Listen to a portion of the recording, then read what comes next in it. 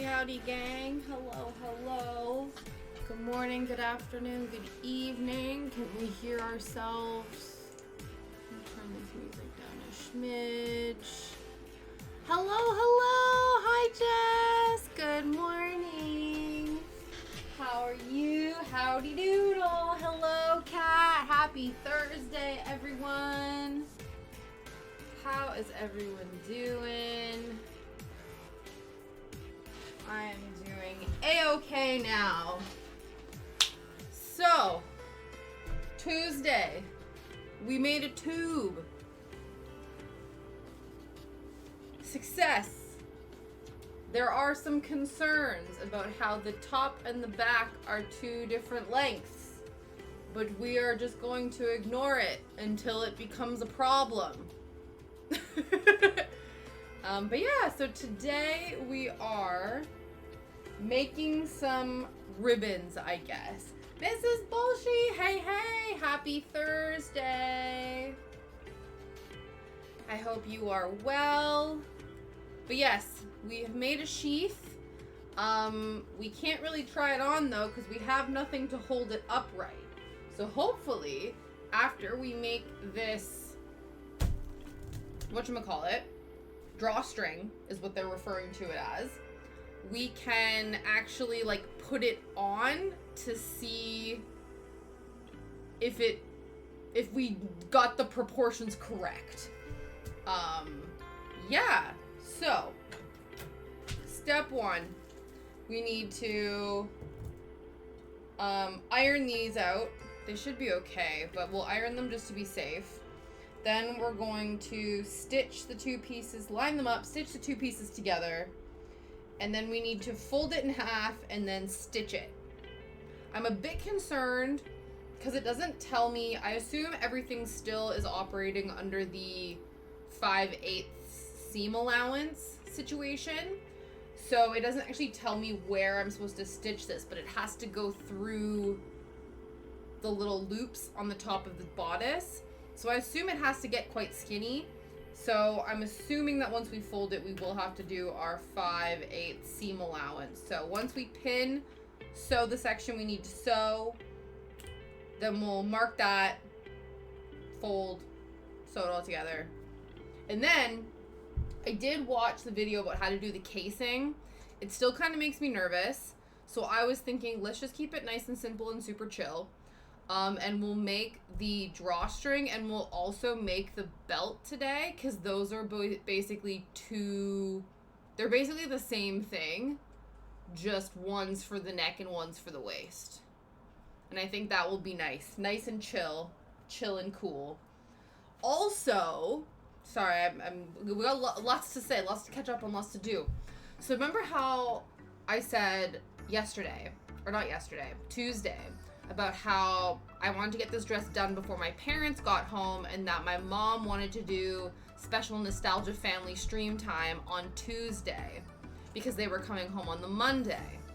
Well, after stream on Tuesday, I looked at my phone and my mom messaged me saying that due to like the heat and stuff, they're actually canceling the second half of their trip and they're coming back early, and would that be okay? And I was like, low-key, I'm like a tiny bit disappointed that you're not going to get to see Pompeii, because I knew you were looking forward to it, but the larger part of me is so freaking excited that they're coming home early, because that means I get to spend a whole extra week with them instead of just 4 days before they go back to Canada, which is so exciting. So that means that possibly you might get to meet my parents today, or at least you'll get to meet my mom tomorrow probably, which is very exciting.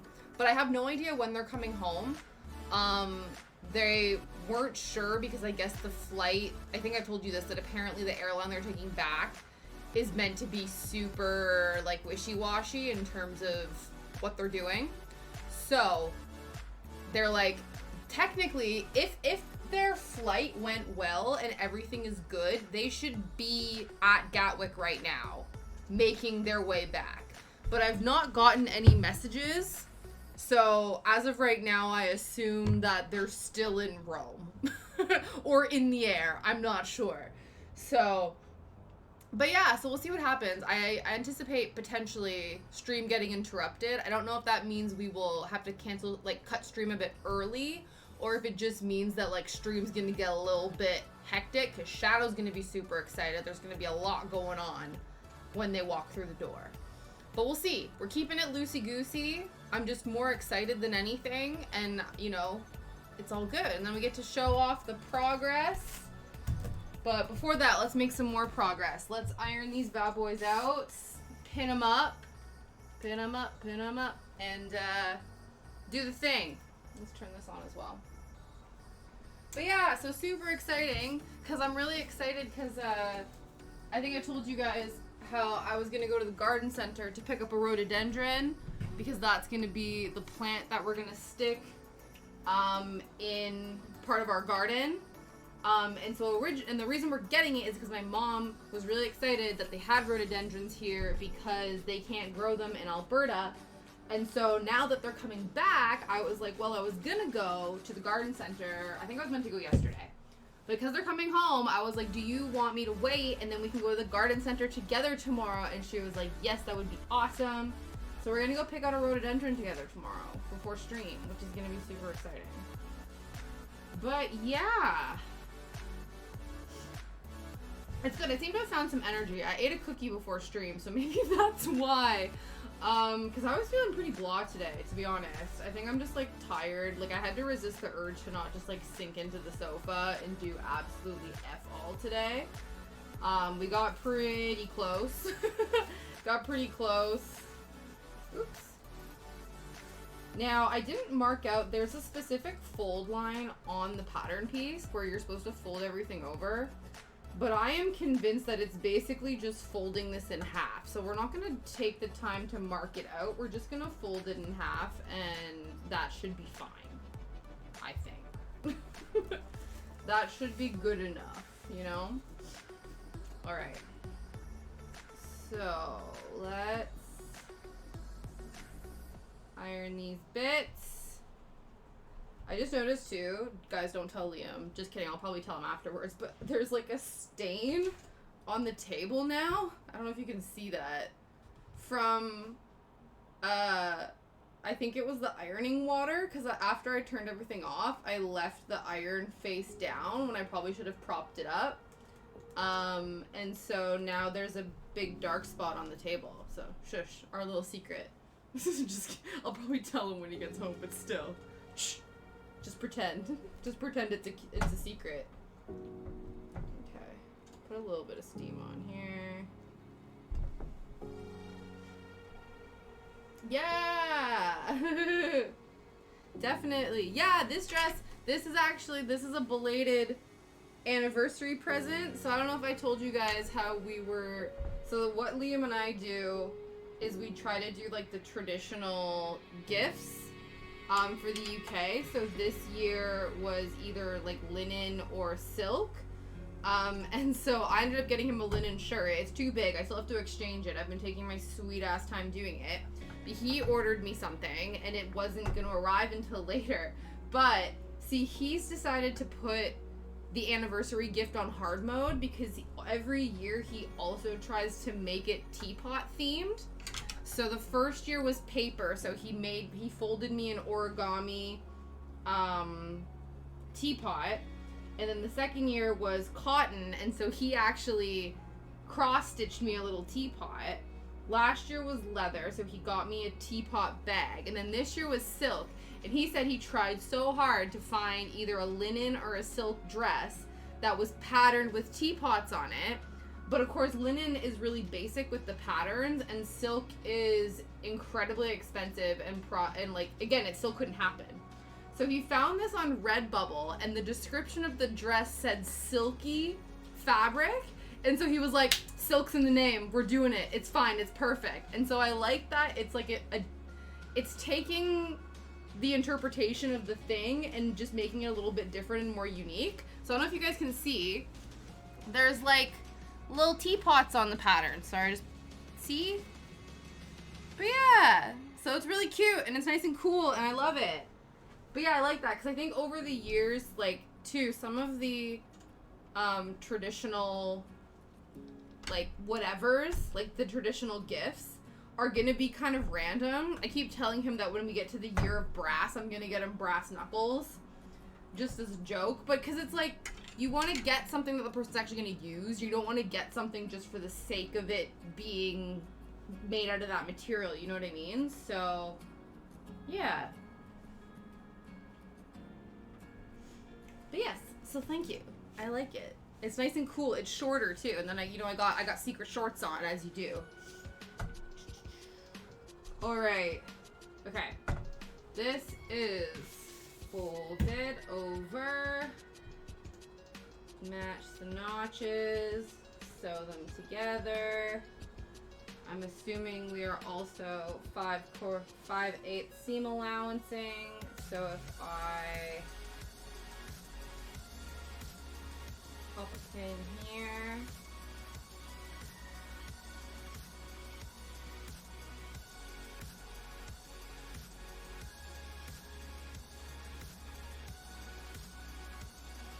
And sew that together. Or maybe I should, Nah, fuck it. I think we'll be fine. It's not the end of the world. Should I make a little notch? I guess so. Let's just like roughly eyeball our 5/4 inch. Because we're not gonna see it, so it doesn't matter that much. I think the only reason this would be a problem is that if we went to go and like the drawstring wouldn't be long enough. I like your gift ideas. I would appreciate brass knuckles, right? Yeah, I think so. I think so. I can't remember what year that is, but yeah, you just never know. Especially too, it'd be even better if you get brass knuckles on a keychain, because you know then it would be like emergency brass knuckles for emergencies. All right, so let's sew this together. Let's go over here to the sewing machine.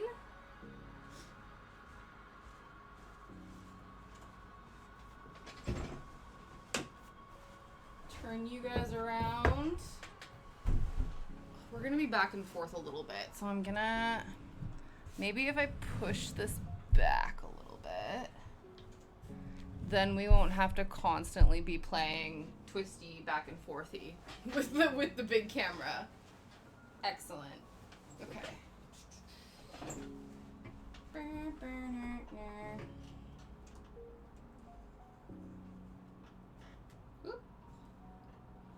Okay, step 1, sew these things together.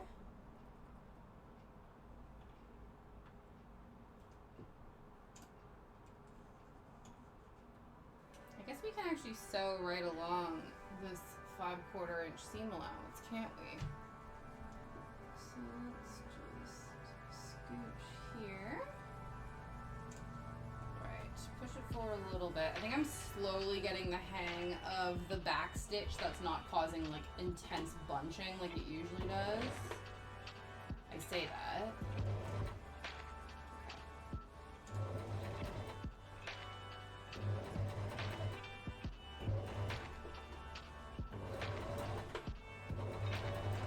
Boom! Step 1. We're actually going to have to do a bit of hand sewing today, too, which is going to be, I don't know, I guess a little bit of a pain in the ass, but I'm looking forward to it, actually, because it'll just, like, be nice and chill and slow moving. Because basically we're sewing this inside out, and then flipping it right side out, right side in. So obviously we can't, when we're sewing the two pieces together, we need to leave a gap, so that we're not sewing the whole thing and then we can't flip it. And they recommend, I would assume you would do it at an end, but they recommend doing it like further down on the body of the drawstring. And so, yeah, and then after we do that, we will have to, yeah, hand sew it together. All right, so let's iron out this seam. And then we'll fold along the waistband. We'll fold it in half, iron it again, and then we'll mark off our seam allowance, and then we'll sew it.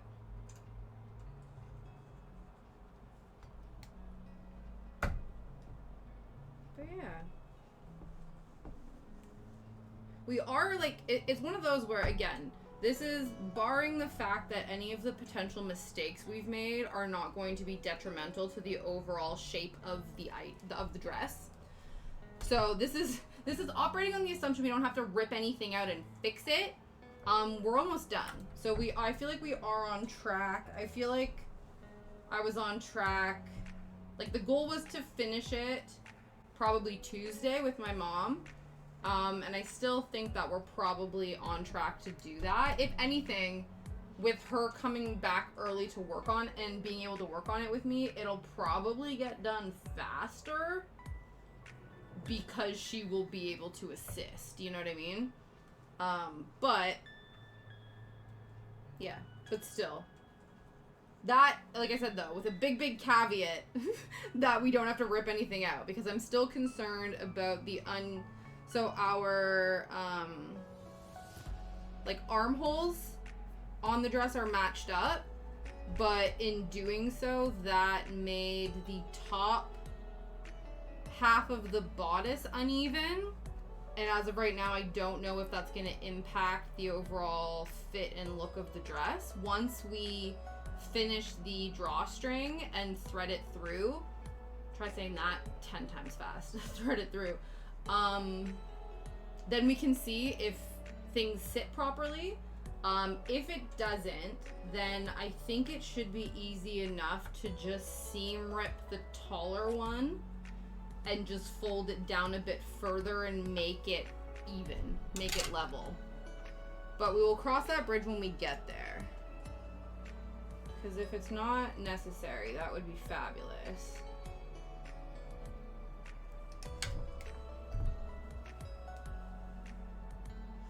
And then the other thing, but again, I also don't think it's a problem because everything else will be lined up properly. Sorry, you guys. Come back over here. Yeah, because the dress, we can fix the wonkiness of that when we go to finish and hem the whole thing. Then we can make sure that everything is the same all the way around. So that I'm not concerned about. It's only really the top half that I'm concerned about. And then obviously we made adjustments to the waist in the pattern. So hopefully I did it correctly. And then again, when it comes to fit, it will sit on my body properly. But yeah. Those are the concerns. I did watch, so I told you guys how I found a sew-along, which honestly was an absolute game changer. I think that made everything that much easier and gave me just that little bit more confidence. Yeah, I found a sew-along YouTube series making this exact pattern, obviously with their own variations and stuff like that, because there's like essentially 4 different dresses you can make with this one pattern. But one of them, the thing I watched today that I'm still a bit nervous about is the elastic waistband, and we're making placing the casing for that. So that is still something that needs to be done, that I am a bit concerned about, just because it's like you have to make it really straight, and you're stitching it through. It's not like something that is gonna not be seen, you know what I mean, in terms of the stitching and stuff like that. But yeah. Oh, honestly, Kat, I definitely think that was the game changer. I think there would have been a lot more seam ripping, a lot more like confused crying potentially. Yeah, we would have not had nearly as much fun as we have been together if I was on the struggle bus, because I'm trying to interpret what the hell these instructions mean, because I don't know what any of it means, you know? But yeah, so yeah, truly a game changer. Yeah, I need to, well, I'll have to find the name of it. I keep forgetting the name of the channel and just, like, have to just shout out thank them. I'm like, yo, you know that sew-along series you did 4 years ago came in clutch this past 2 weeks. So thank you. Okay.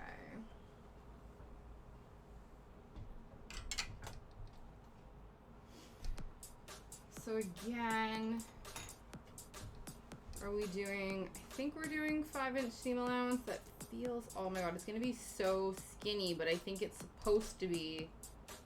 Is that essentially me folding it in half again? What do we think? Kind of. 3, 4, 5, 1, 2, 3. Okay, just shy of it.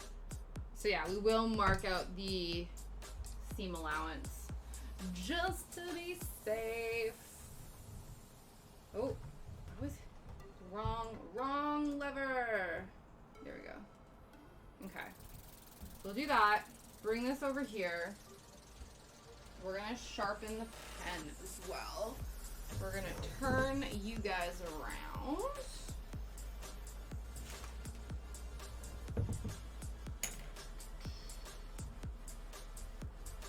We're gonna scooch over this way. And we're also gonna take a sip of tea. Cheers, friends.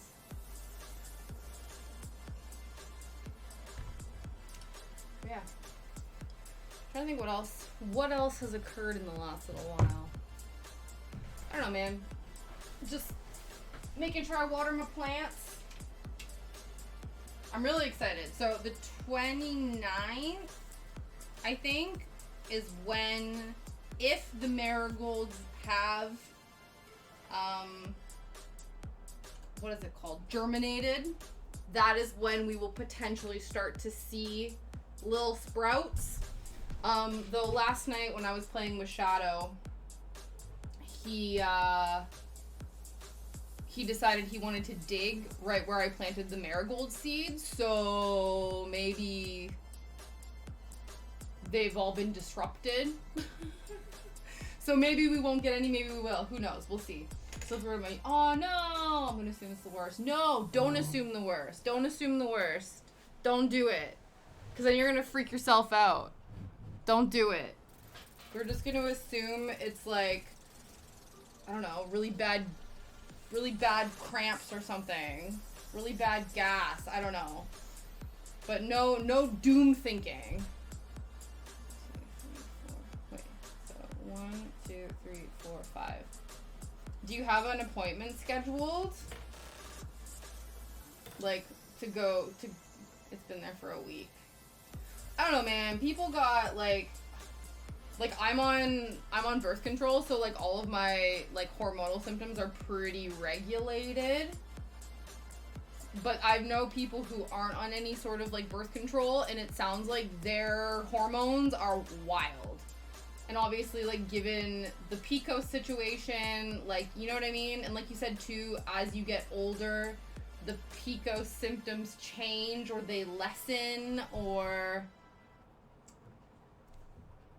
You also said maybe preggers. Maybe preggers. We don't know. July 3rd, you have an appointment? Okay, cool. We'll see. I'm sad that you're in discomfort though. Like I don't wish discomfort on you. You know what I mean? I don't wish doom thinking, and I don't wish discomfort. Those are the two things I do not wish. Okay, let's mark these seams. Yeah, I guess that's true. It's like the fear of the unknown, where you're like, okay, as long as I know what this is, then you can, like, deal with it and act accordingly. That's true. Okay, well, I'm glad it doesn't hurt. That's good. Aside from the nausea. Which I know isn't, like, it's not a hurt. Like, I know nausea isn't, like, pain per se, but it is discomfort for sure.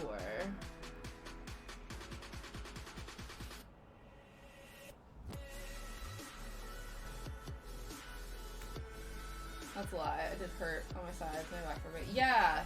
Well, yeah, because isn't it you thought that you pulled a muscle in a weird place? That was the initial thought. The initial thought was weird muscle pull. And then now it sounds like that theory has shifted. Yeah. Because I feel like you don't typically, well, sometimes people can be in so much physical pain that it does make them nauseous, but it sounds like the pain you were experiencing went away, so it doesn't make sense that then the nausea would happen after the pain. You know what I mean? If it's a pulled muscle, is what I'm saying. Like, you don't get nauseous for pulled muscles after the sensation of pulled muscle dissipates. It's not how it works, I don't think. In my non-medically licensed opinion. I think it was the gum you were chewing. What do you mean? The gum? Wait, what? The gum you were chewing made you feel nauseous. Okay, for a second I was like, how did gum make you hurt your sides? I was like, I don't how does that work? Right. The nausea symptoms. Yeah, I needed to process that one for a second. No, it's okay. That wasn't me. That was my brain. Like, I was like that meme, that woman who like has all of the science and math floating above her head. Like, how does gum transfer into hurt sides? Right. Yeah. No, that's fair. That's leaning more to preggers then, potentially. Because I remember that happened to a friend of mine where she didn't know that she was pregnant until the, like, smell, taste of her toothpaste, like, made her feel ill. And they were like, that's weird. That doesn't happen. And they were pregnant. So, we never know.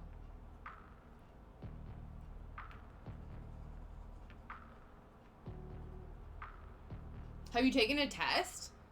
Maybe you should take a test. Or are you, like, concerned? You're like, I don't know if I want that answer. Your boss is gonna kill you if you are. What do you mean? What do you mean?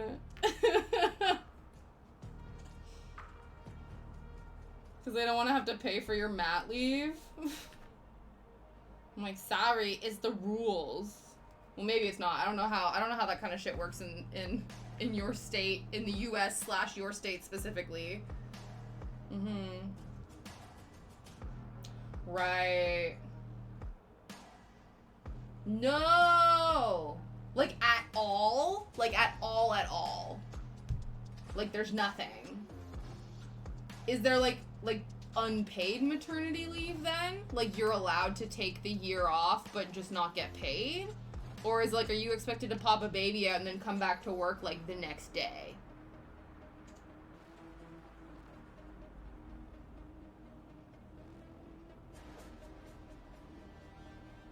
That's rude.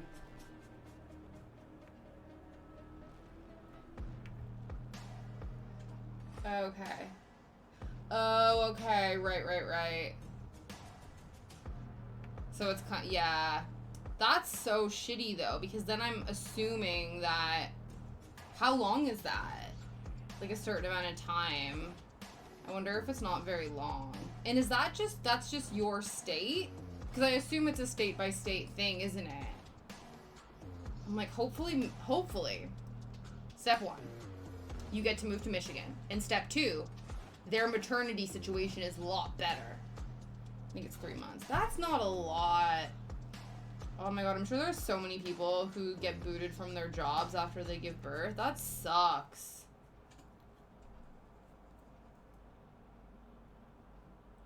I think it's a state. Yeah.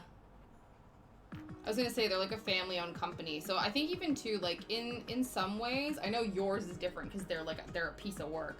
But in terms of, like, sometimes family companies, if they're good, they'll almost, like, bend over backwards to give you more.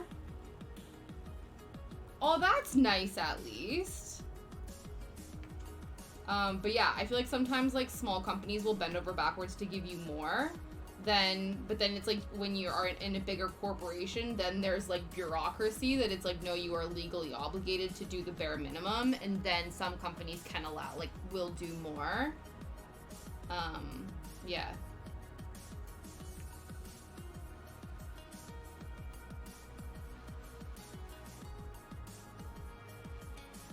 Let's get Chris can get paternity leave though.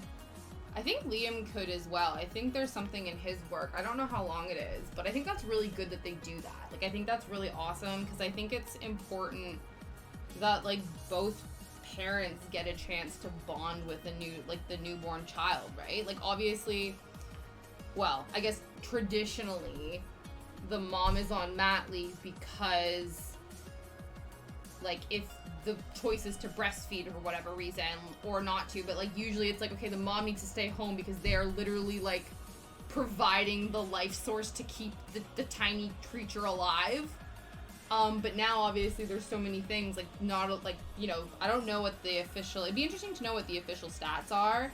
I'm sure it's different, like, from region to region of like the percentage of women or the percentage of parents that breastfeed their children versus the ones who do formula. It would just be interesting to know what the stats are. But yeah, so I feel like because we have that ability now, even breastfeeding parents can also, there's like pumps and stuff like that as well. So even if you are doing the breastfeeding option, you can still pump to be able to allow the other partner to participate in like the feeding and stuff like that. So this is my like really convoluted roundabout way of saying that I think it's very good that both people involved in the raising of the child get that get that time to bond with the child as it's like fresh new in the world, you know? This company does a lot for their employees, but it's also one of the biggest and oldest in the US. Yeah. That's good. Because I feel like there's probably a lot of big companies that do F all for their employees, so it's nice that he's in one of the good ones, you know what I mean? Like, just because you're well established, it could mean that you have been just doing the screwing over of the employees in the name of capitalism for longer. You hope that's not the case. It sounds like it's not the case with him, which is awesome.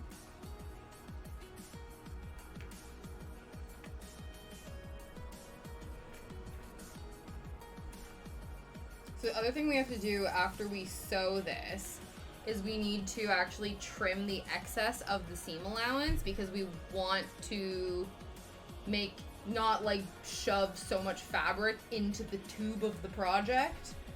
So we got to do that as well, but after we sew it together.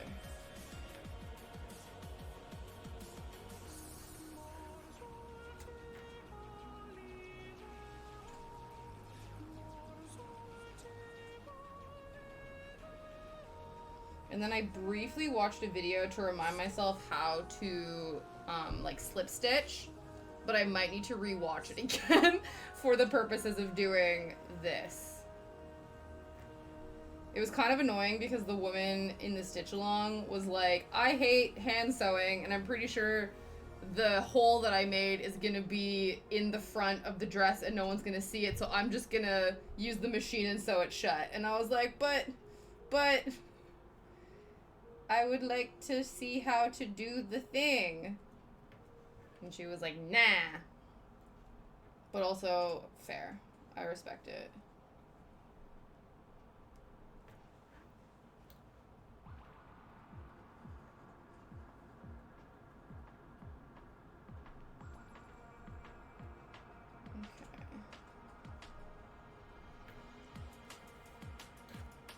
Okay, we're past the halfway point of our marking. We're just marking our 5/8 seam allowance so that we know where we can sew till.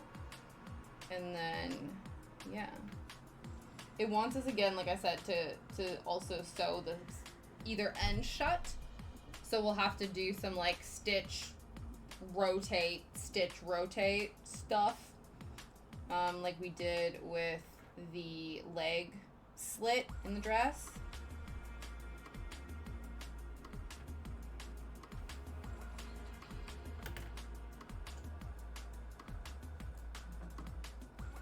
Now I don't think I need to pin this. I think, hopefully, the fold will hold itself up enough that it should be okay. I say that. Oh, those are my famous last words.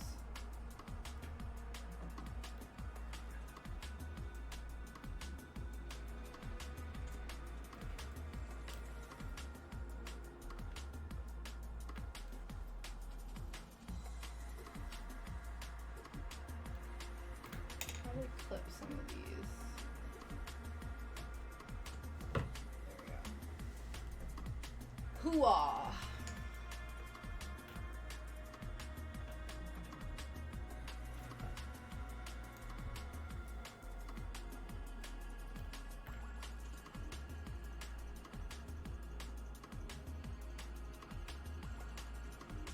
Oh, so I found out the other day that apparently dogs can get zits.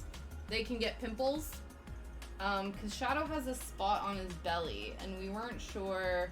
First we thought maybe it was a tick, and then I'm pretty sure it's not. I'm still like a tiny bit worried it is, but I think we would be able to tell by now, and it's going away. It's not like one of those things where I would assume if it was a tick, it would be there the whole time. But yeah, so it has like this spot, and so we were looking at it because we're like, oh, maybe it's this, maybe it's that. Yeah.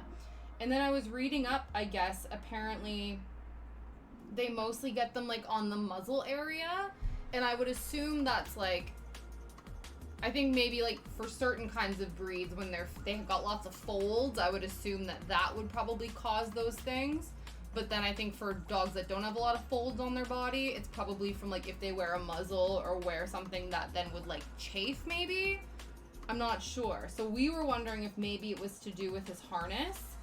Because the harness is like, it fits him, like it goes around him, but I do think because he's so long, it's sort of like a bit too short for him. And so I remembered that one time I was at Pets at Home and I noticed that the harness that we have for him that we really like was being discontinued and it was on sale. So I bought the largest size like in a panic. And it turns out it was a larger one than the one that we had. But I was like, oh, maybe that will help because it'll maybe be positioned better on his body. So I've not seen this. I don't know if it's not made anything worse, obviously, but it does seem like the larger size does fit him better, which is good. But he was really good this morning because I put the harness on him before we went out for our WALK. But of course, because it was a newer one, I hadn't like had all the adjustment points done. It's like, you know, for people who have to buy bras or any strappy adjustable garments, you know, when they're hanging on the rack, they obviously put them on like the shortest setting. So when you put them on, you're like, I can't do this up. I can't do anything with my arms. So you have to like readjust the straps before you wear it for the first time.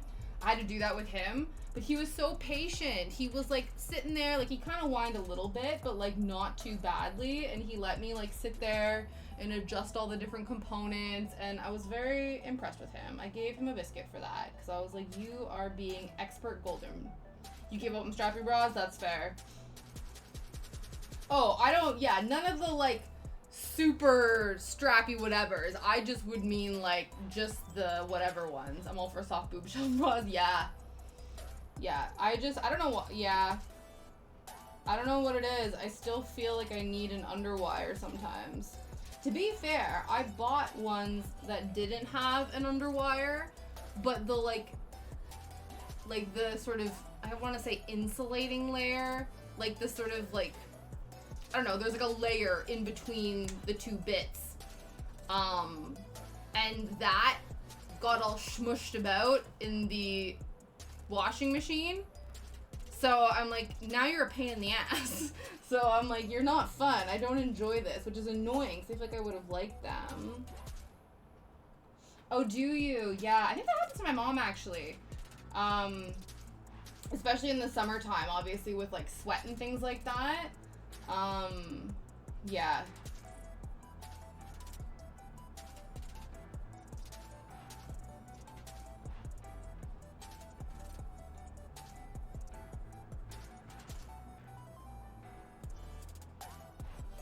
Kudos to people who don't wear bras. I feel like I've passed the point now where I've been so, like, societally conditioned that I need one. And so, like, the thought of going without one, I kind of just feel, like, naked without it. But there's people who, like, have, like, big boobies, and they're just like, whatever, free the nipple. And I'm like, power to you. I love it. Oh, okay. I don't think I've ever heard, what's pressure urticaria? Oh, I need to Google this now. I'm intrigued. I'm glad you found a kindred spirit that has the same concern. Pressure.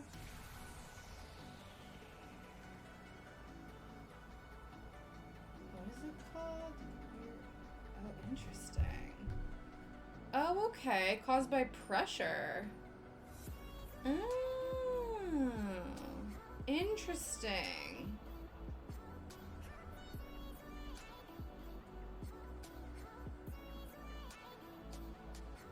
Right, okay. Yeah. Oh, marching. Yeah, I can imagine. I assume marching band would have been really... Because what instrument did you play? Did you play one that was quite heavy? I can't remember. No, you played clarinet, didn't you? Mm-hmm. Right. So there's like a... It's almost like... It's like... Because I feel like some people have sensory issues just as, like a thing. Like, you know, it's like a discomfort. But it's more of like a mental thing. Whereas, like, your body's like, no, bitch, we're uncomfortable. And it's like, here's a physical manifestation of that.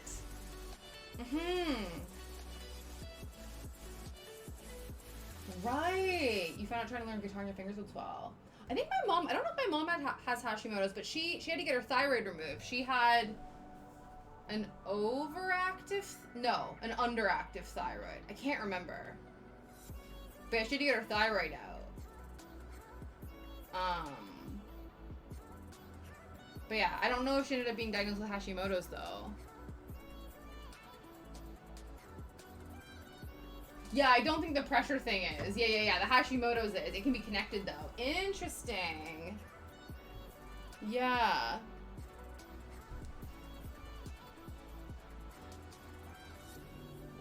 But yeah, it was really bad because my mom had her thyroid out, and then of course, because they remove it with like radioactive iodine or whatever. And so basically when she was recovering, I guess she was still like radioactive for like a certain amount of time. So she basically had to quarantine herself in her room. My dad had to sleep somewhere else, and like we just had to like stay away from her while the radioactivity was like dissipating. Yeah.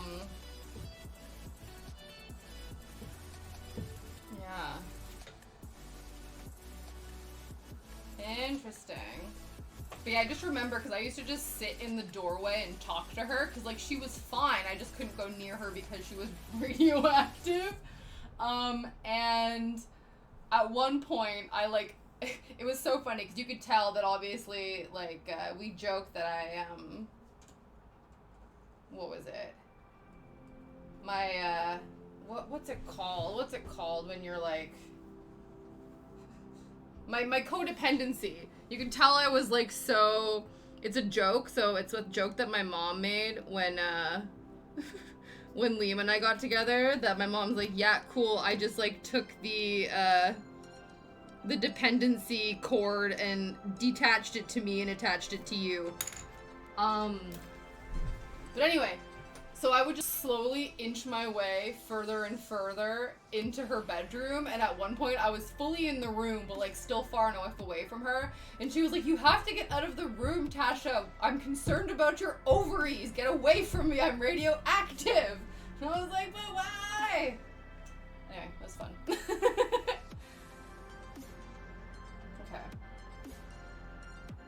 Okay. Yeah, she was like, get out of here, and I was like, no, I miss you, you're so far away.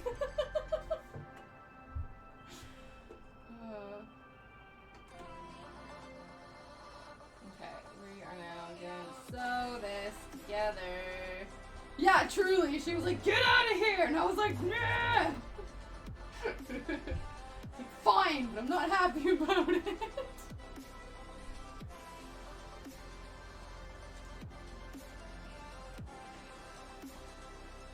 that was wild.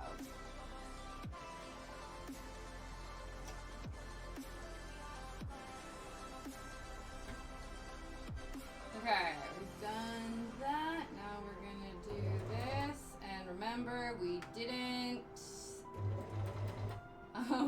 pin it down, but I think it's gonna be fine. Oh yeah, we have to remember to leave a gap. Okay, where are we leaving the gap? Let's leave the gap like here. Here. So I'm just gonna arbitrarily mark with pins because that's what I saw the other person do, and that will indicate where we stop and then we continue.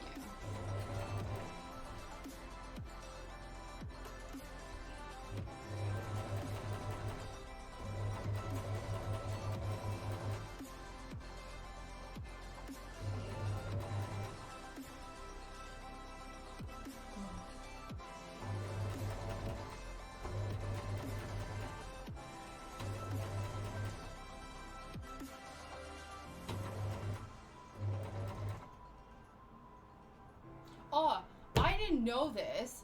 So speaking of ovaries, I guess. So before I got diagnosed with celiac disease, so we've sort of like, it's so funny. So I was talking about this because around the time that my childhood family dog passed away, that's when I was going through the time when I was really, really ill before I was diagnosed with celiac disease. And I remember I was actually in Emerge or in like A&E for all the British people on Christmas Eve. I was in such bad pain that I had to go to the emergency room on Christmas Eve, and they pumped me full of whatever. But yeah, we were just talking about the process of like going through and trying to figure out what was going on. And I didn't realize, because at one point I ended up down at Sick Kids Hospital in Toronto, and that's when I got my biopsy and I found out that I had celiac disease. But I started going down to Sick Kids and stuff, because I guess what had happened was my mom got so frustrated at like the healthcare system in our hometown in Sudbury, and I didn't know that the ticking point was that at one point I think the doctors thought that I maybe had polycystic ovaries, because at one point I had done a few ultrasounds and they had noticed a couple, but I think they weren't like too bad. And it's like when they always said like if they would burst it would be a sharp pain then go away, but I was having like shooting pain for long periods of time. And my dad said, yeah, no, your mom lost it when the doctor suggested that you get your ovaries removed to solve the problem. And then my mom was like, fuck that. And then we took me down to Sick Kids and actually got a proper diagnosis. So I was like, damn, I didn't know that that was a thing. So yeah, the doctors were like, damn, like she's in such bad pain. Maybe it's her ovaries. And I was like, what sort of backwards, like Mickey Mouse shit was that? But yeah, so I'm glad my mom advocated for me and was like, she's keeping her organs. Thank you very much. But yeah, so no, it was just celiac.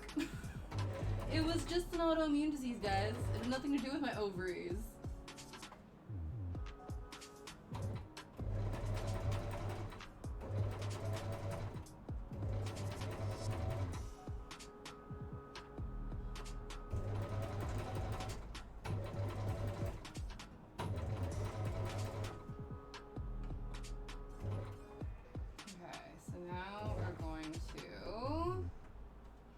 Pull that pin out. We're going to back stitch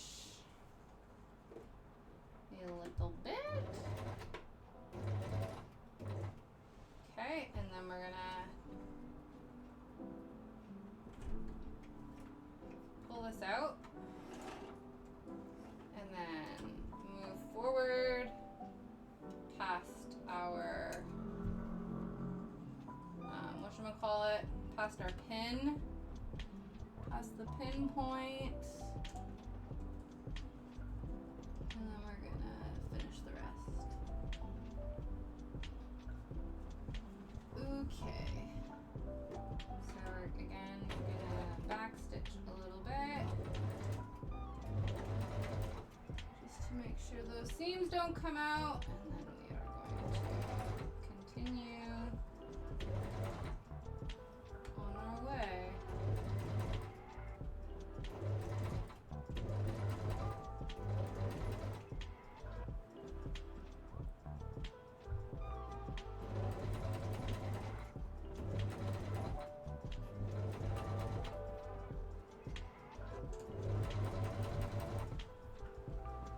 I was a little less generous with my lines as I got further down. I was obviously getting fatigued by it.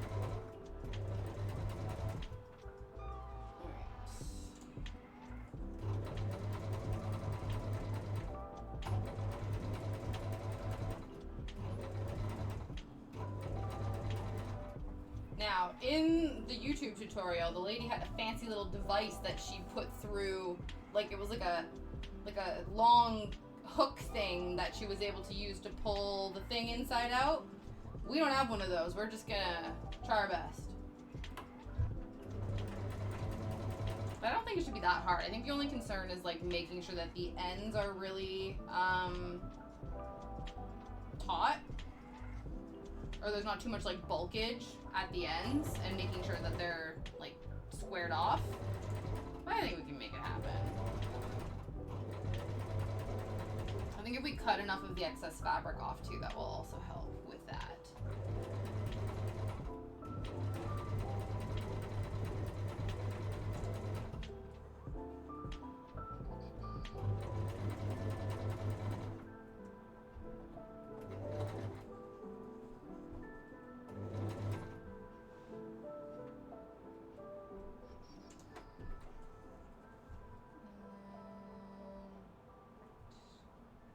Pick it up, rotate it, push it down, keep going.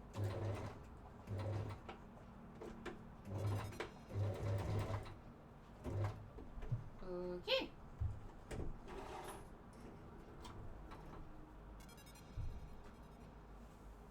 So, hopefully, we did this correctly.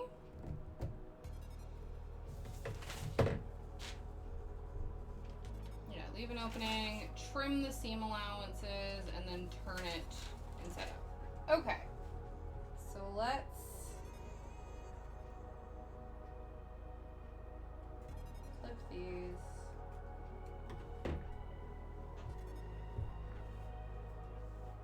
And then we'll scooch over.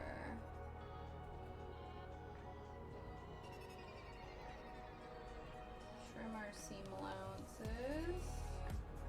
I'm not sure by how much. I guess we want to get them pretty close. I guess by like, I don't know, like a 1/4 of an inch, maybe. We'll see. Hopefully these scissors, actually we can probably use the other scissors. I know they're quite large for such a skinny thing that we're doing, but I think that will be better for us in the long run. Okay. So let's do this. Let's grab, ooh, should we use the new ones that I never bothered returning when they gave me the wrong thing at Hobbycraft? Sure. Remember? So these were meant to be pinking shears. As you can see, they're just regular ass scissors. And I was meant to go to the Hobbycraft and explain the mix-up and maybe get them exchanged, but I can't be bothered. Because now that I know I don't actually, like, I didn't need pinking shears for this. This was just like an option. Now I don't care. So we have 2 sets of sewing scissors. Oh yeah, I'm sure the ginger chews are a game changer. I just realized I should probably stand up for this. I don't know why. I think just because it's so long. All right, trimming the seam allowances. And hoping this is sharp enough for that.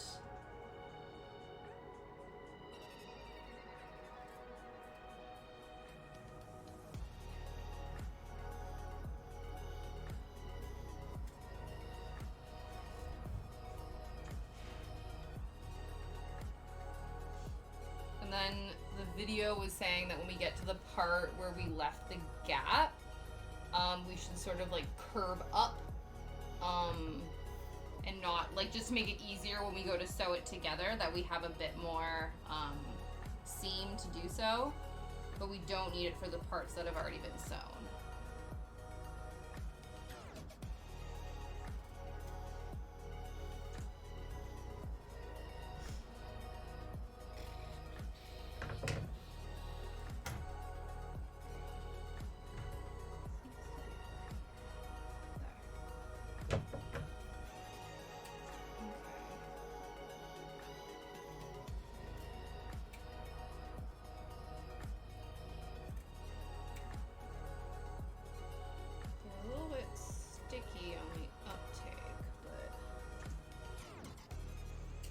Yeah, why are you sticky? There we go. Maybe they should be loosened up. I don't know if that worked.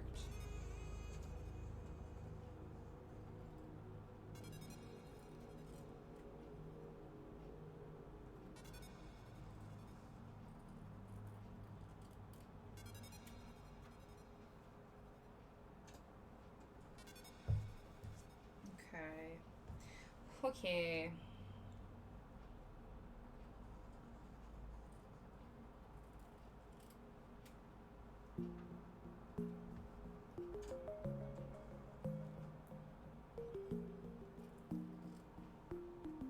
So if I remember correctly, a slip stitch, like the way that it's done, if it's done correctly, it essentially becomes like a hidden stitch that you can't really see.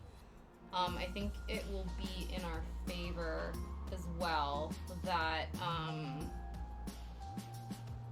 our fabric, oh my god, words, our yarn, or not yarn, our thread is basically the same color as the fabric, so it'll be really, hopefully, not that obvious.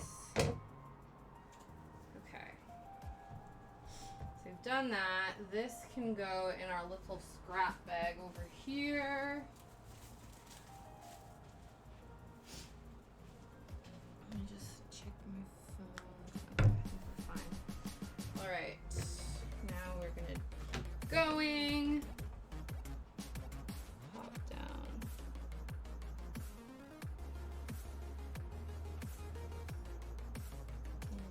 In here. Listen, stop catching.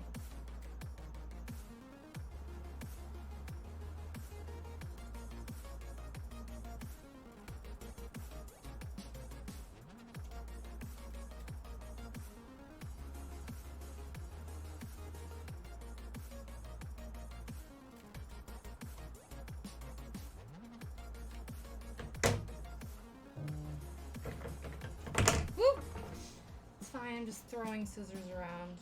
It's not like I need them or anything. Okay.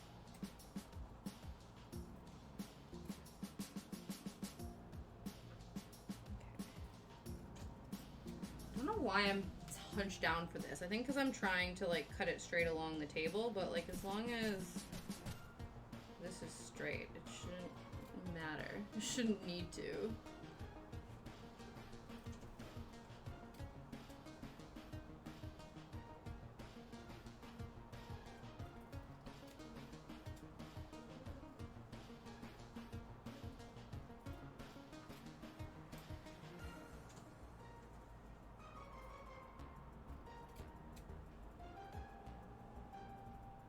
Alright, step one, cut off the excess. Now we get to play, spin it around. I know when we thread it through the neck, the like upper bodice piece, we use the safety pin method. I was trying to think if I could do the safety pin method with this, but I don't think so. I think I can do that as well.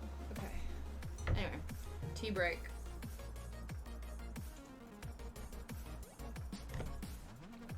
All right. So now I got to turn this bad boy insert out and hope that,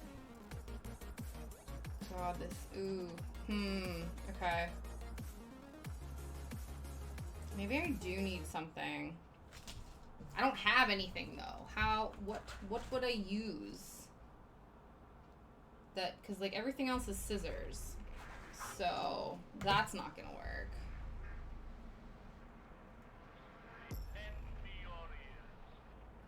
It's so tiny. How do I excavate you?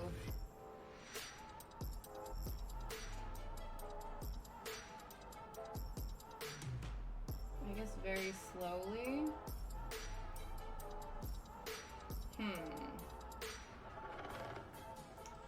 Surely there's like a reverse safety pin option.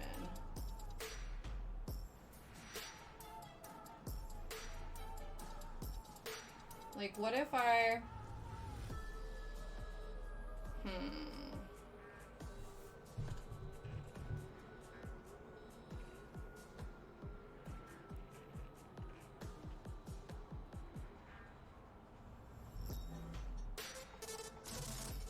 have half of mine just shove this pencil down it, and then maybe I can, like, bunch it up to the surface? Is that a bad idea?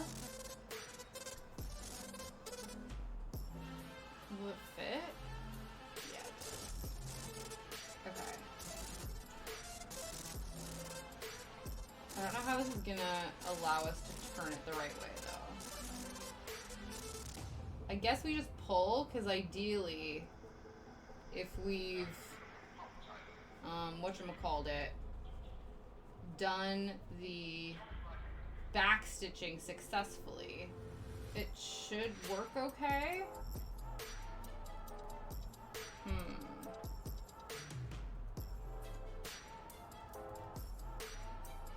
don't know if it is, though. I think there's, like, too much bulk. How do we... Okay. Unforeseen... problem. How doth one get...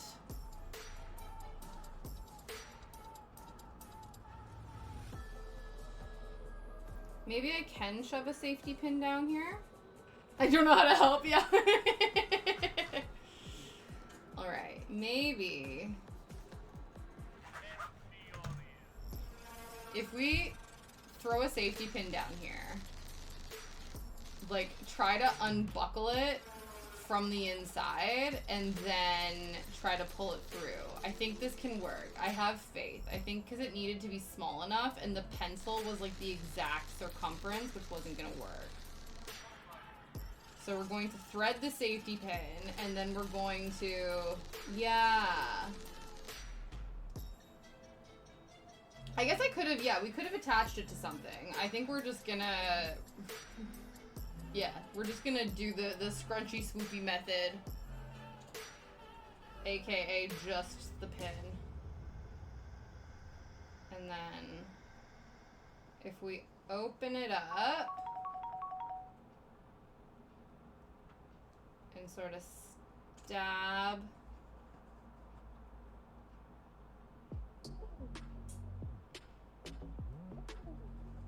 Ooh, I probably should have had to put it in the other way. Okay, okay. We're learning. We're learning. I think in order for this to work, I should have reversed it. Now it's stuck. Oh no. Oh no. Okay. Okay, so we must reverse it. Like Missy Elliott said. Put my thing down, flip it and reverse it. Put my pin down, flip it and reverse it. And then, when it's stuck on the thing, then we can push it through. Hopefully.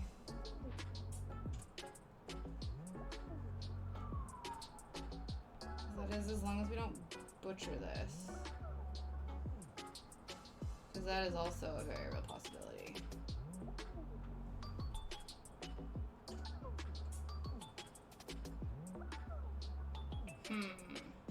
Okay. So in order for this to work,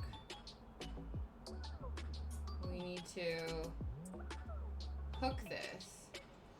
And then this is like my brain is sciencing. Not very well, obviously. Okay, the safety pin is in here. Step 1. And now we need, I feel like it's very aggressively in here though. Maybe too much.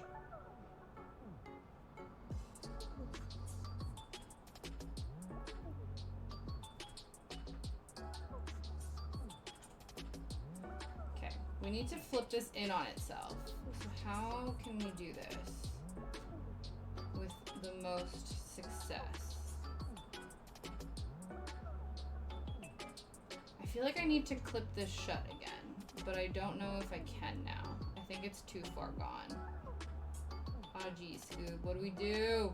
I'm just like, and this is the other thing too, this is the right side of the fabric that I am just like obliterating the shit out of right now, which is a bit concerning.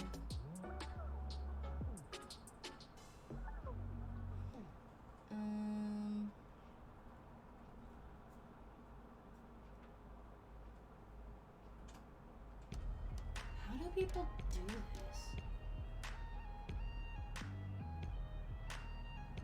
I just realized I probably didn't need to push it in the inside of the fabric. I probably need to put it on the outside, maybe? I don't know. Now, what I do know is that the pin is stuck in the open position on the right side of the fabric. This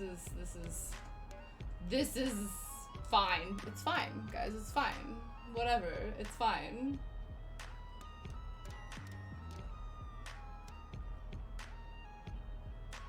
Just gonna snake the pin out.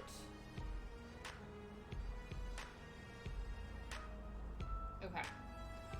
So, the math isn't mathing. We need to turn this inside out. And I feel like there is a way to do it.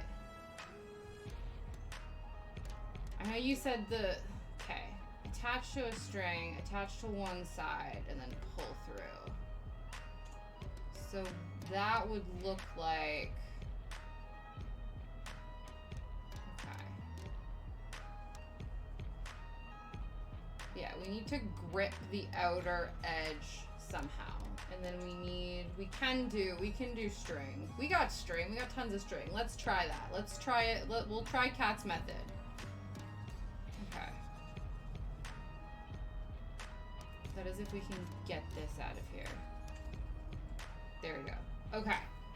So, if we get it, let's just think about this. If we get it down to the end, we clip it.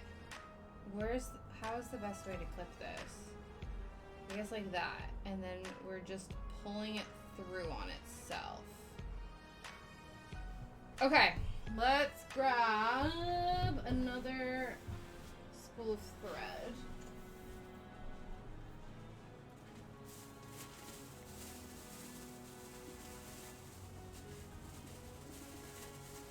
Let another spool go. There it is. Hiding. You're gonna need this anyway for when we hand sew. Okay. Hi, New Day. How are you? I hope you're having a fabulous Thursday. We are trying to figure out how we're gonna turn this inside out from not the end. I feel like there is a safety pin method, and we're trying to figure out what that is. So we're gonna. But anyway, I hope you're well.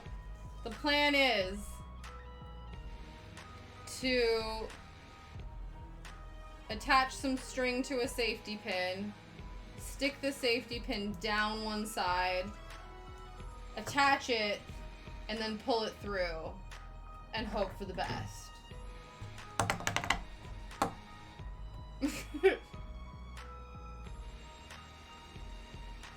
Hi, Probakis! Hello, hello! Happy Thursday! How are you? I hope things are well. Yeah, afternoon. Okay. We're attempting a mission impossible. It needs to be a strong string. Well, it's the dress string. So if this shit breaks, then, you know, there's a concern for our dress that we've made.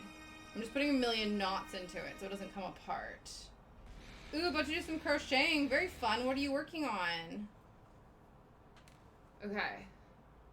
And then if I do that, and then I should be able to pull it. Okay. Operation Inside Out is a go. Heated for many reasons, yeah. I'm sure it is very hot, temperature-wise, and what was it, politically as well, where you are right now. Okay. We're just gonna... Okay, let's okay, keep the thumb on the string. Oh, that'll be really cute. Wow, good for your like, it sounds so funny when people get to a certain age, you're just like, kudos to you for being, like, for being that age. You know what I mean? Like, kudos to her for being 91.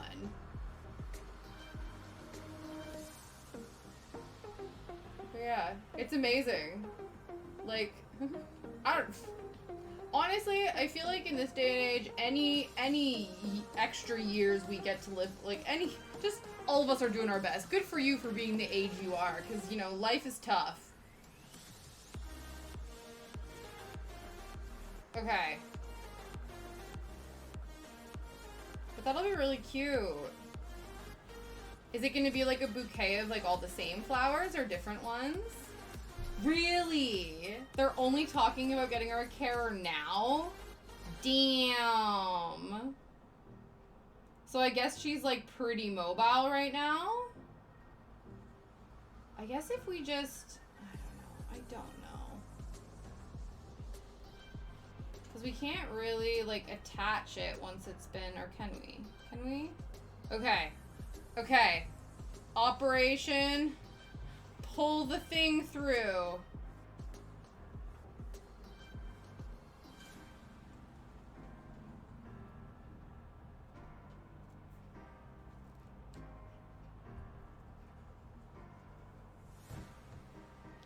Yeah.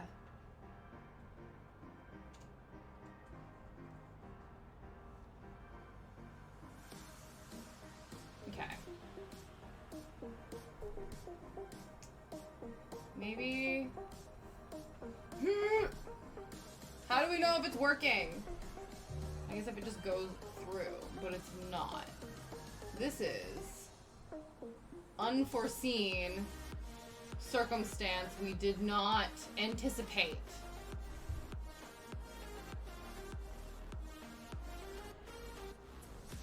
And now this is also, like, shredding ridiculously as well, which is fine because we've sewed everything, but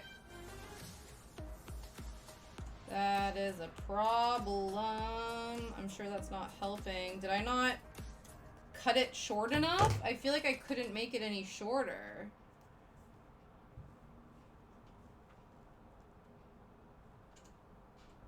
Yeah, that would be amazing.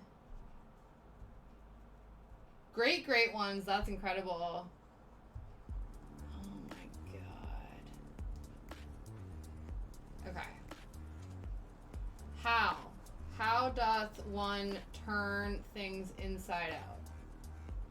I don't understand. Like, it's not even going in on itself. Like, at all.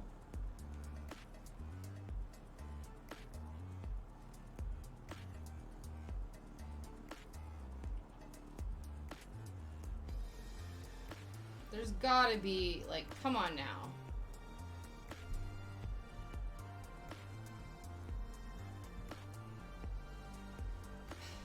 Okay. How do we... Thank you, Mars. Okay. Safety pin method kind of was working, but I just think that this is just so small. It, like, doesn't want... Here we go. Posture! Get out of craft gremlin mode.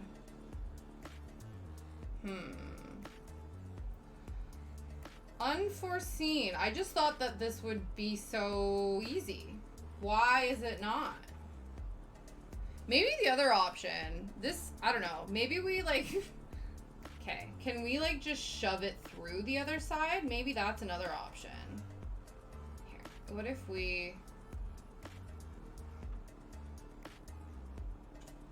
do that? Okay, that's not gonna work.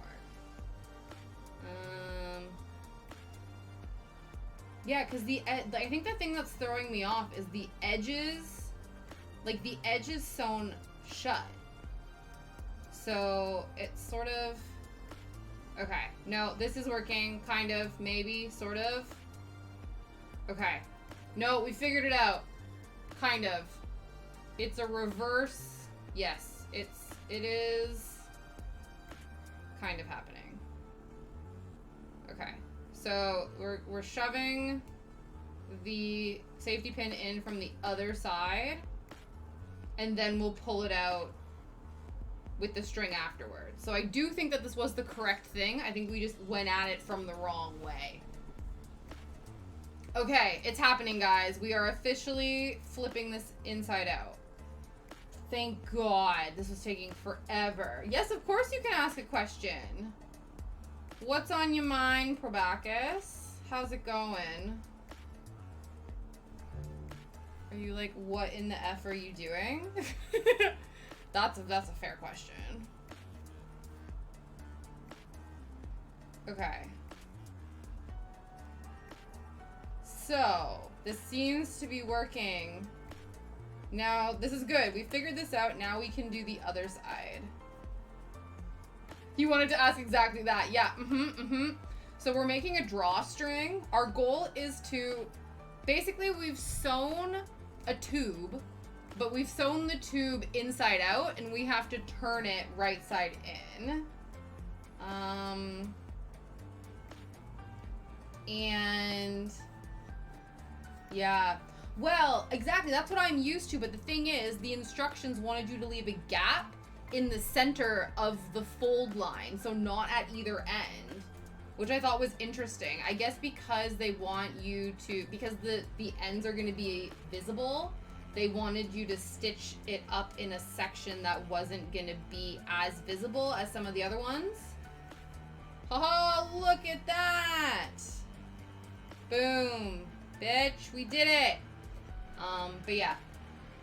So, yes, to answer your question, what we are doing is we made a drawstring, and so we need to flip it inside out so that we can stitch it, or yeah, make it look nice, stitch it in on itself. So then this band here is going to be what holds up the dress, essentially. It's the bodice portion of the dress. Now I have to try to pull it out and not clip the fabric when we do it. But yeah. So that is what is going on.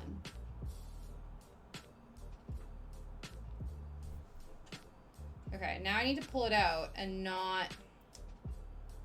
I wonder if I can pull it out just open. That seems dangerous, but I think it should be okay. Okay, now I need to find our string. There we go. And let's just be careful. Booyah, baby! Boom! Half done. That took some troubleshooting. That took some troubleshooting, friends. Abso-toot-and-lutely. Okay. Yeah. Yeah, so we're making a drawstring, and then we're gonna flatten it, and then it's gonna hold up our dress. Okay. So, first step done, and then after we pull the other side through, because now we kind of sort of know what we're doing, we are going to hand sew, slip stitch the opening together. Okay. So let's do this again.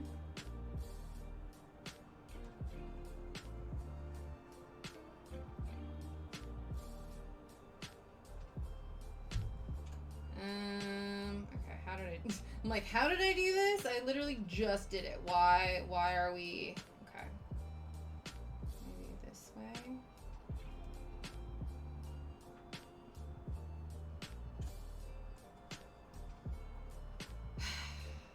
I think getting it started is the most complicated part. But then once it happens, then I think it's gonna be fine. Okay.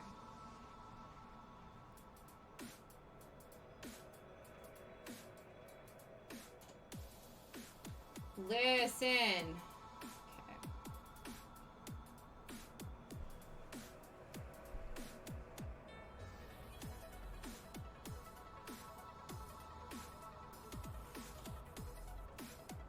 Why is this so difficult? This is what I did last time, right? This is exactly what I did last time. So why is it not working? Okay, okay. Sorry, okay.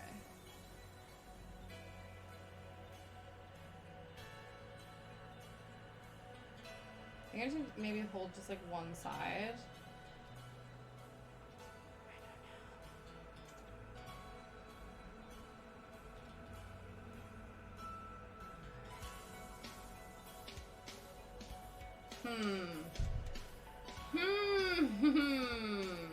Why is this not... Okay. So you need to go in on yourself. So... Oh, is it because maybe... There we go. Maybe. Sort of, kind of.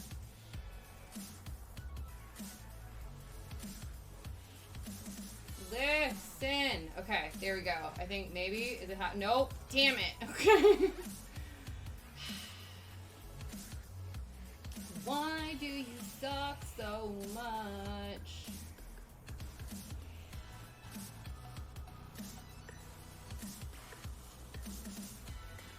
Okay, we're just, maybe we just, okay. Maybe we don't even need to pin it. Maybe that's the problem.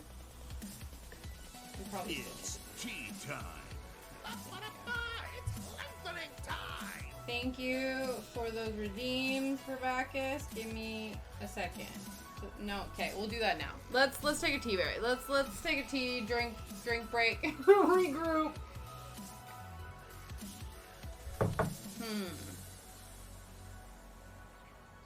Health check. Yeah, truly. Okay. So, the last time... Yeah, we did start from the bottom. Like Drake said, you know? Started from the bottom, now we here. But... it's not working this time. And I don't understand why. So we're gonna stretch and... You're drinking a hot decaf cappuccino. Wow. I am drinking cold green tea. It's called Glow. It's like strawberry cucumber with aloe vera. It's like my favorite green tea right now. Having steak. Wow. I've not had a... Well, no, I had a good steak in the last little while. But it's very few and far between. We used to, like, I was the resident steak barbecuer in my family. So we would never have, like, a traditional... like Christmas meal, or like Thanksgiving meal. We were big like surf and turf family, so we would always do it, and it was always the four of us. And I feel like when you do like a Thanksgiving or something and you go ham on like the turkey and all the stuffing and the fixings and the whatever, it's like there's not enough of us to justify that, so it was just the four of us most of the time. And so yeah, our like standard celebratory meal was usually steak, scallops, and mushroom risotto. So I was in charge of grilling the steak because my mom didn't trust my dad to not burn it, or what he would like to call, you know, expertly charred. I am in the UK, break your bed. I am. Hello, hello. When it's 4 people, I'll just stuff a chicken. Yeah, that's true, that's true. Okay, I'm wondering, Herm! Alright, alright, alright. I think we're just gonna... Can we just hand do this? Maybe. Maybe. Or we can just, like... Okay. Yes. Perhaps. Okay. We're just gonna... I don't know. Maybe? Is that gonna work? I don't know. Okay, what magical shit did we do last time that made this work? Like, I don't understand. Maybe I need to put it down further? Is that what we did last time? And then...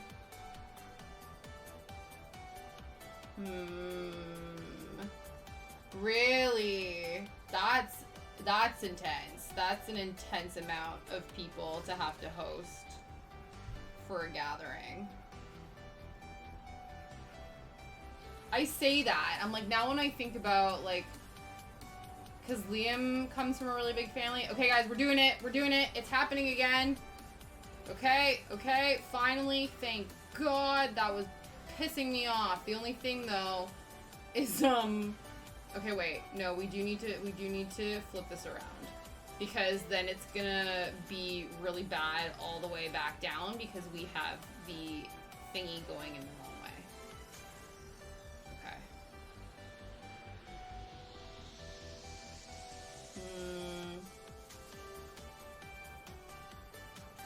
Damn it, I shouldn't have messed with it. Okay, what if we... Okay. But yeah, so now when I think about it, with Liam's family, when we do a Christmas get-together, there's what? 5 people from one family. 1, 2, 3, 4, 5, 6 people from another family. Yeah, so it's probably similar to us. Yeah. Okay, let's try again. That was a false start. Though it should have been the main start, but I got concerned.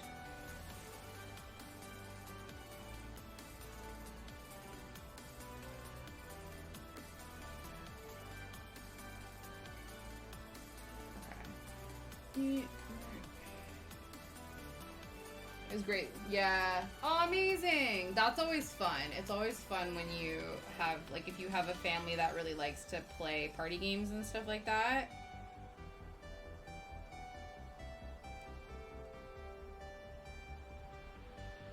Okay. Okay. Finally. Okay. Officially now. This is happening. That took... Okay. Do we have a timer of how long that took? I feel like that took freaking like 15 minutes just to figure out. And it was after we had already done it the first time. Why did that take so long? Riddle me this. I don't understand. I'm so confused. It doesn't matter though. It's fine. It doesn't matter. It's fine. It's happening. We don't need to worry about it anymore. Okay. Now we do the thing. Now we do the thing, and it is happening, and it is good. But yes, Break Your Bread, I am in the UK. I am Canadian, though, hence why I don't talk with a British accent. But yeah. It'll be 6 years in July. So my what is it, my immigrate-iversary? What would that be? Yeah. Yeah. I like that. My immigrate-iversary is July. I think it's July 3rd? 3rd or 4th. We're getting a PS5 tonight. Ooh, that should be nice. Is there any particular games that you wanted to play on it? Because I know that was one of the things that... I don't know which new games have come out on it. First of all, Liam doesn't have a lot of time to game right now anyway. I think he's really taken to his... Oh, what's it called? The Steam Deck. So he has a Steam Deck because he has a huge Steam library, but never enough time to play all the Steam games.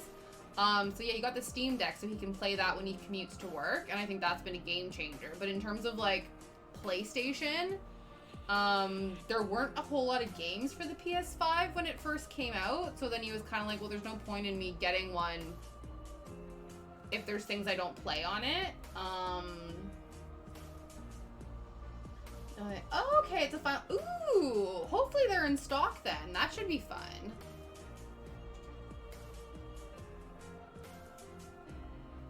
That should be fun. Okay.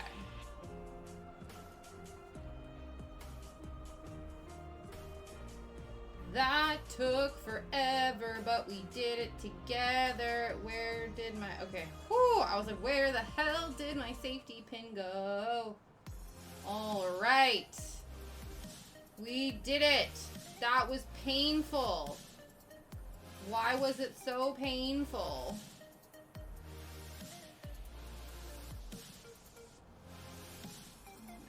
Okay, now we need to... Okay. You know what it is? It got stuck on that extra section. Okay, Is it bad? Like, I'm brute forcing this. Should we not be brute forcing it? Probably not.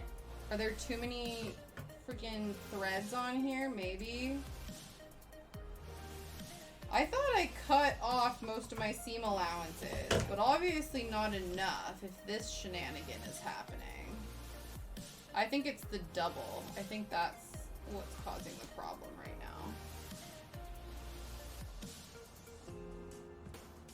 What am I supposed to do in this instance? Because it's definitely gone through. Okay, let's just, I don't know, do we push at it from the other end? Listen, invert yourself, gosh darn it.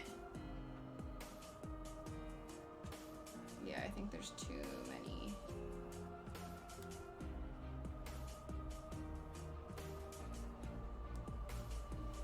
There's too much fabric that's having to be turned inside out right now.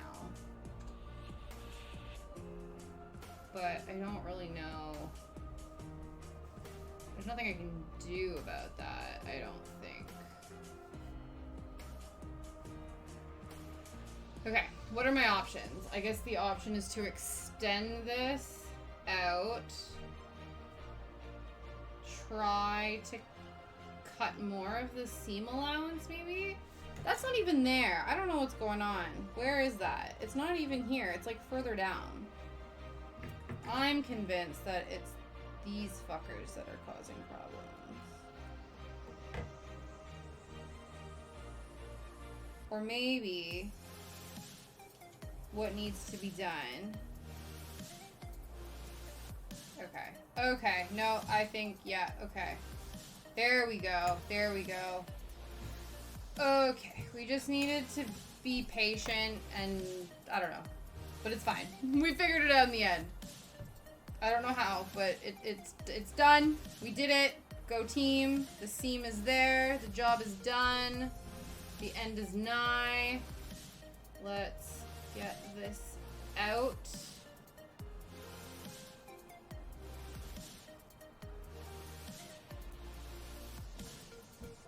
Alright. Where's my string? Ruh-roh. Don't tell me you're lost in there. 'Cause that would suck.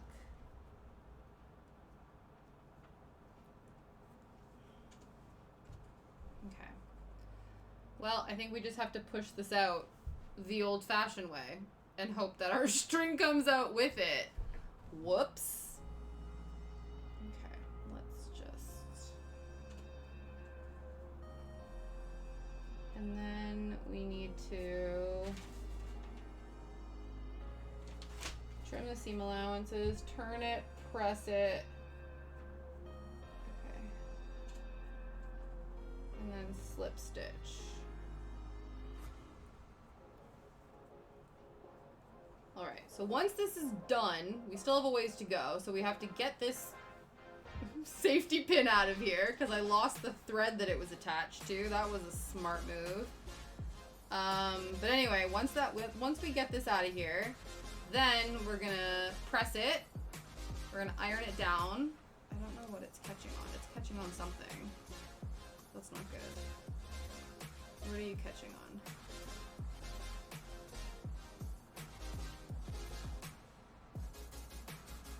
Okay.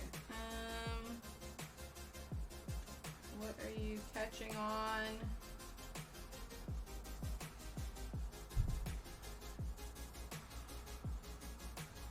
Oh, you know what it is? It's probably catching on a bunch of the frays. Listen! We don't have time for you to get tangled up in the frays. We just need this out of here. Okay, I think it's better now. Anyway, so we need to iron this. Ow. Not stab ourselves with the safety pin. That would also be helpful. This is the first time, actually. Considering how many pins and irons and things we've done, I think this is my first audible pain sound. Oh no, I did burn myself on the iron slightly. Not like a severe burn, but there was an audible ow during stream. Okay, so only two audible pain noises throughout the entire process so far. Yeah, this is definitely getting caught on stuff. But there's really nothing I can do about it because I can't close it.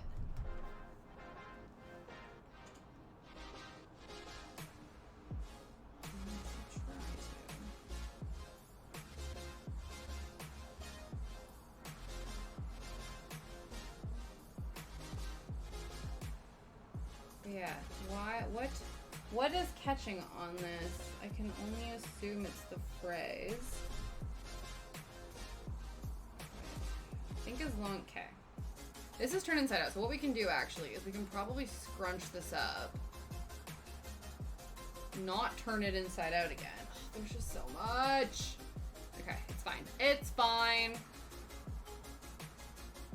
Who knew that this was going to be the most time-consuming and complicated part of this process? We've not even gotten to the casing. So I do think that the belt is wider though, so even though we're going to do this again, it shouldn't be as painful. I'm hoping. Oh no, you're going to get caught too. Damn it.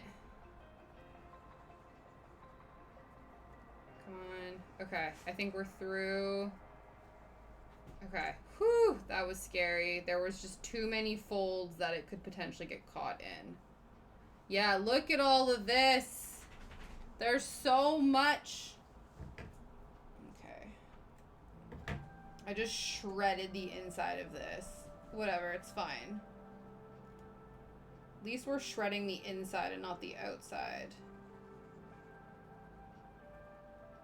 That's annoying, though, that this thread got... You know what it is? It's probably the threads part. And breathe. Yeah, truly. Okay. Well, this safety pin, we're gonna... That's a future Tasha problem right there.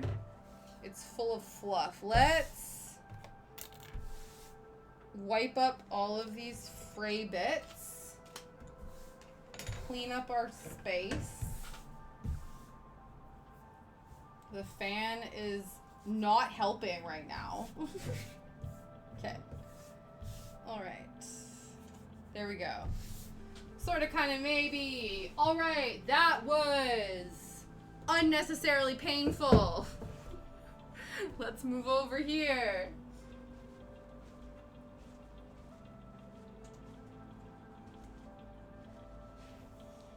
So we need to iron this flat.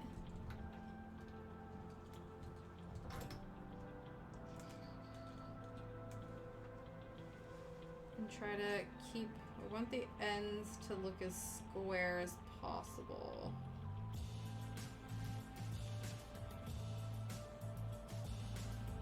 I guess we can just iron it and we can figure it out later. Okay.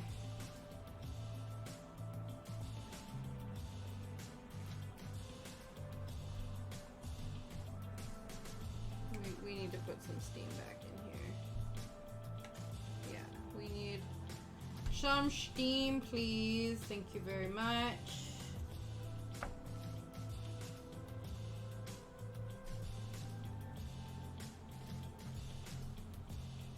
Or else this does not want to hold any sort of shape. It just wants to be a bubble. Like, you are not allowed to be a puffball. You need to be a flat ribbon so we can tie a bow.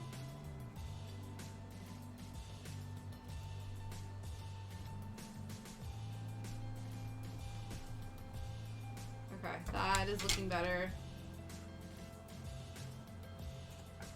Continue down the line. But yeah, I felt like I didn't leave. Yeah, it like feeling this now when it's flattened out. I don't think I. Okay, are we folding? No, we're flattening this correctly. Okay. But yeah, it felt like I didn't leave too much of of the seam allowance. I thought I cut it quite close. I didn't want to cut it so close that I potentially cut into the fabric itself, like into the sewn bit itself. So it felt like it went okay. But for whatever reason, this was not happy. I think we might have to trim the tiniest amount. Gasper did it? Yeah. Yeah, blame it on the ghosts. We can blame it on Pam. Pam is the ghost that lives in our house. I don't know if they actually do. It's just because it's the woman of the house who we bought the place from, and she passed away a couple years ago. And every once in a while, even though it's motion censored, I think the motion sensor lights in our garden are very sensitive. But when they go off, we just joke that it's Pam. Because we like to think that she's watching over the house and making sure we're not, like, completely obliterating her garden. Which we're not. We're breathing life back into it. But we have removed some stuff.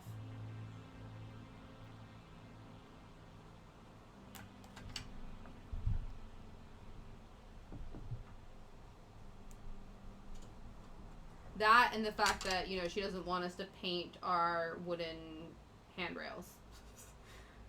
That was the other thing that she was not didn't want to happen. She didn't want the wooden handrails to be painted. We've not done that. I don't think. I have no interest in painting them either. I think sometimes people, like, when you have, like, wood everywhere, it can sometimes, depending on the kind of wood, it can make everything look really dark. So I think if that's, like, a concern and you want to brighten things up, one of the kind of default ways to do that is to paint all of your wooden pieces of your house, like, with a white paint. So she was concerned about whoever was gonna own the house next. But then I remember her saying, she was like, but I know it won't be my house anymore, so I have to just accept, you know, whatever happens. And I was like, yeah, don't worry, Pam, we're not gonna paint your stairs.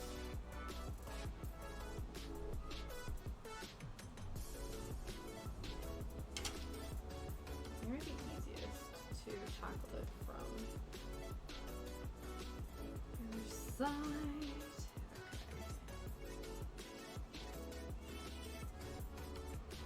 Okay. Oh man, fighting with this has made me sleepy.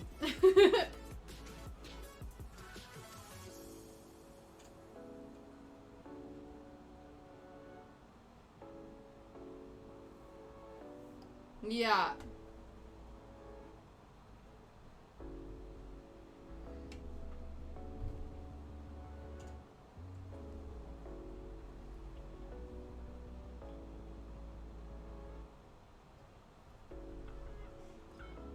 This is why we can't have nice things, darling.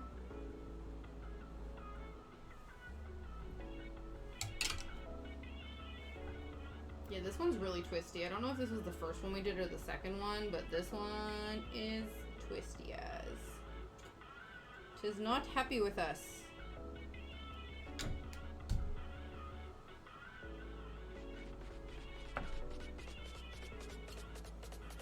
You do know that we're gonna have to go through the bullshit of threading again, right? But luckily, we're threading through loops, So it shouldn't be nearly as painful as it was turning this bad boy inside out. But the safety pin will return. Just hopefully in a better position than when it arrived. This is really twisty.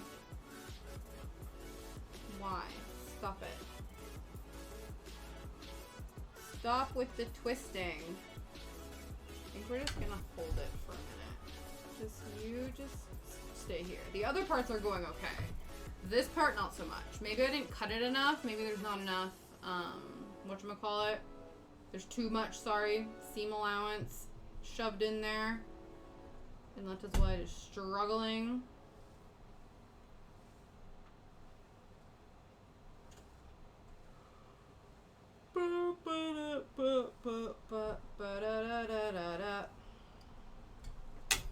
Okay, maybe, sorta, kinda.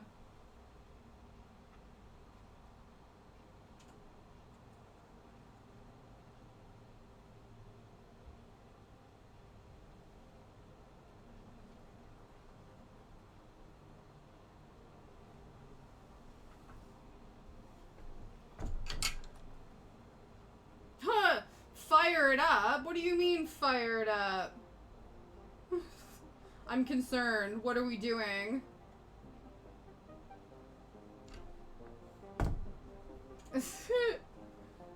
Hype. Emote hype. Everyone drop your coolest, funnest emotes in the chat. Oh, that's a cool one. I like the twisty chair.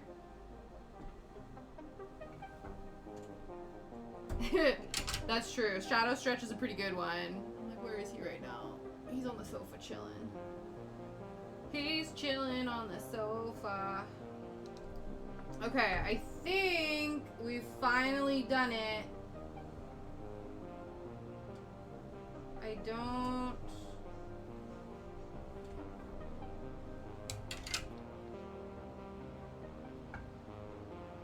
Okay.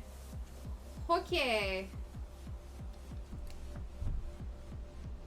Yeah, this is as good as it's gonna get. I guess it, I don't know. I guess it doesn't need to be super, super flat. It just doesn't, I don't know. We just want it, if it's gonna like be sort of puffy and three-dimensional, we just want to make sure that the seams still continue to face the correct way. Do you know what I mean? That is our want.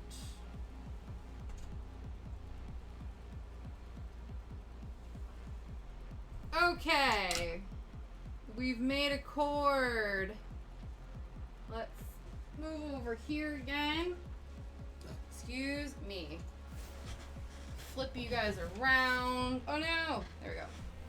So now we have to do the tedious thing of hand sewing this section together. And we're meant to, yeah, tuck, like friar tuck. Friar tuck. Did I not throw this out? I just gathered it in a ball and just left it on the table. That's not right. Okay, there we go. We have our thread, we have our needles. Now we are supposed to turn, I guess we should probably press this too. I have a feeling that these, I don't know, these seams seem a little bit too big, but maybe it's fine. Okay, so we've tucked that one in. And now we need to tuck this one in. We're basically folding them in on themselves, folding the raw edges in to then make a straight line. And then we're gonna sew it shut. I think what we need to do though, just to make it easier, so I'm gonna do one at a time. We're gonna fold it in and I'm gonna press it just so it stays.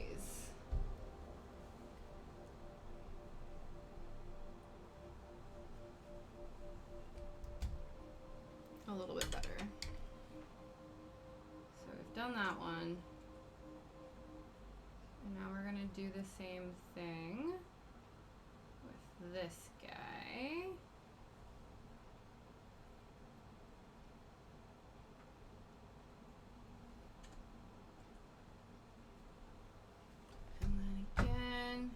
Press it down.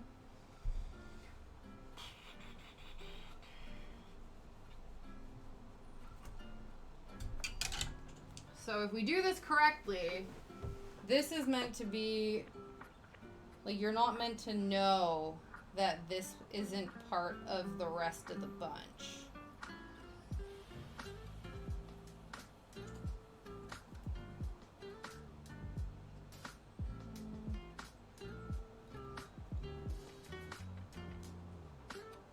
I think it was going to be a little bit fatter, but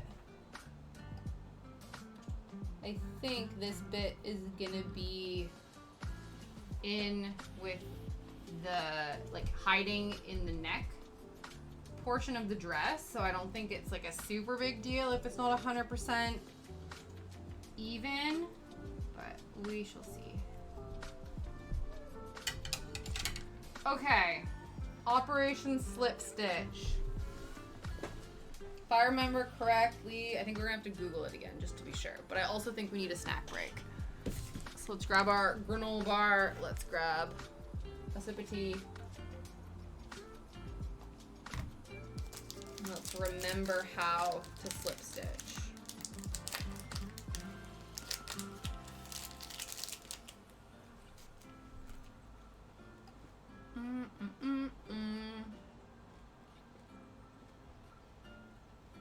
How to slip stitch.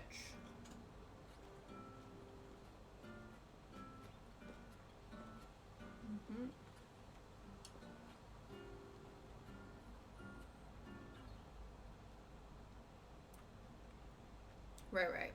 Okay. I think we're basically going, like, along the edge. Yeah. Loving the setup here. Yeah? Okay, that's good. You're currently positioned on a fold-out table because we need the entire dining room table to make this work. It is! It's a Nature Valley protein peanut and chocolate granola bar. Nature Valley, sponsor me. I always eat granola bars on stream because they're the easiest thing to consume and they don't get my fingers dirty.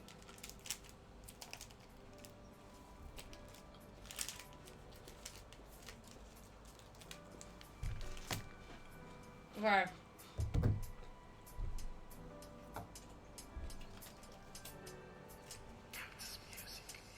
Let's grab a needle. I don't know if it matters.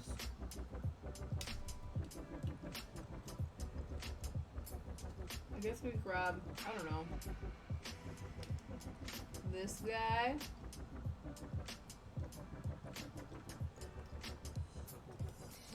If we can, why are my, okay, there we go. Needle, procured. Let's not lose it. It's right there. You see it? It's right there. We're gonna put this beside it so we don't lose it. Right there. Don't move. Let's get our thread.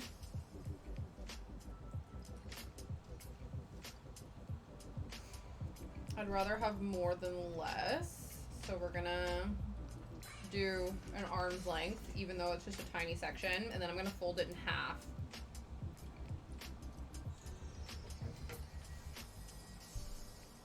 Whoa, I shouldn't have pointed those scissors directly at my face. Whoops.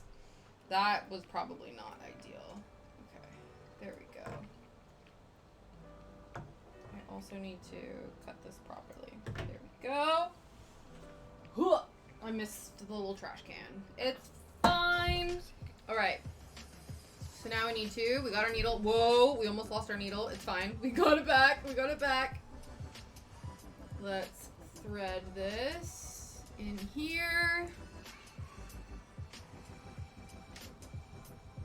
And then we're going to just double knot this here. So once we close this up, we will thread it through the neck of the bodice of the dress. And then this will be the time where we find out if the back and the front panels being uneven at the top of the bodice is a problem or not.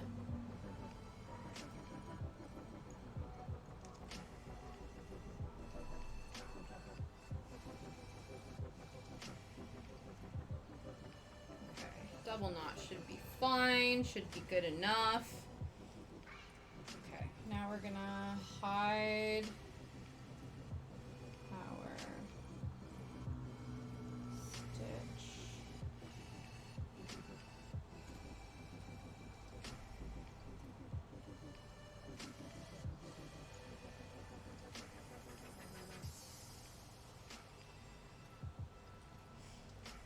We're gonna hide this here. I have no idea the best way to do this. It also doesn't help that, like, we don't have the best light right now. It's fine. Okay, okay. So these are popped in here, and we're just gonna go, so there's one on this side, we're gonna go along this guy.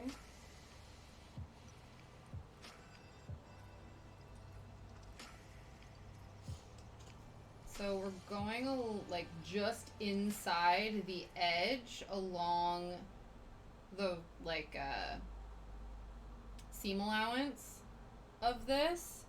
So then if we do this correctly, like I said, we shouldn't see the stitch. The stitches should be sewn up and we shouldn't see them, ideally.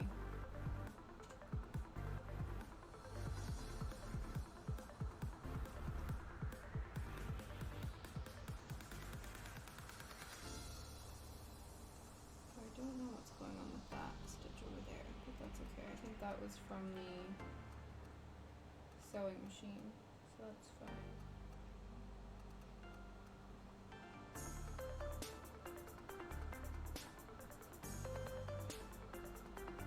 I'm gonna try to catch that. Let's see. Okay.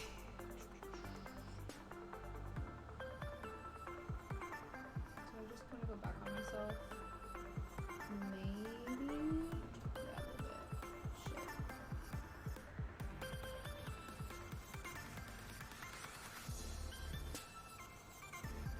I just wanna, okay. I'm trying to, I guess I can just cut that. That seems like not a thing I need to, okay, we'll do it afterwards. I'm nitpicking over something that doesn't matter right now. Okay. Went to that side, and now we're gonna move forward onto this side.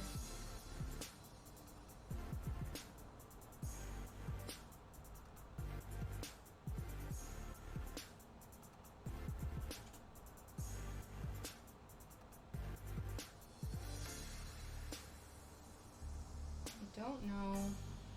Again, I don't know how tiny I should be making these stitches, how far apart I should be making them, because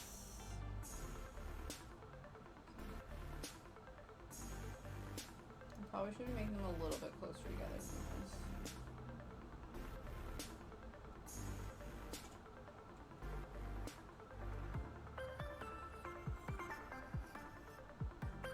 I don't know why that puckered there, but that's fine. Again, I have to remind myself, this is the first dress we've ever made. This is our first piece of wearable clothing we have ever made, start to finish. It's our first time following a pattern, to be honest. That isn't like a quilting pattern. So I need to give myself some slack, where I'm like, why is this wonky? And it's like, girl, you've never done this before. It's allowed to be a bit wonky. Like, calm down.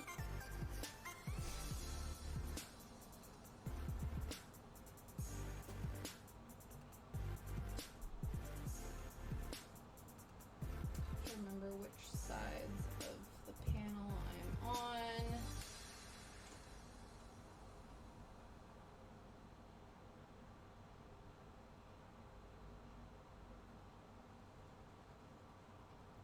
Damn it, I caught the edge. No stress, right? Yeah, truly.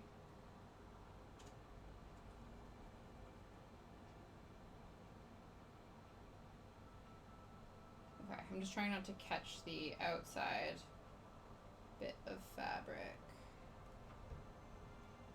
I think sometimes the way people do this is they weave it all back and forth and they keep it pretty loose and then they pull it taut afterwards. Maybe I should be doing it that way. I don't know. It just feels weird to me to like not pull everything in together to know what I'm doing.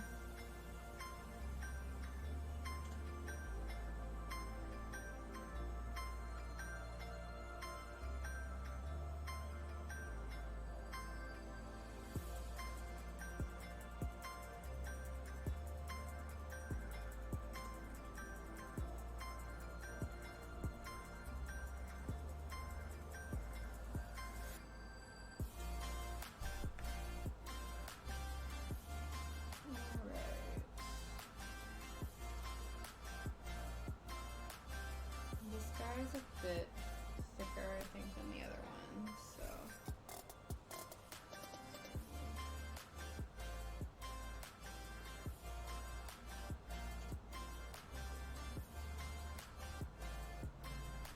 Trying not to catch, again, the outside fabric. We're just trying to sew up the hem. Not the hem, the raw edge. The seam allowance, that's the word I'm looking for.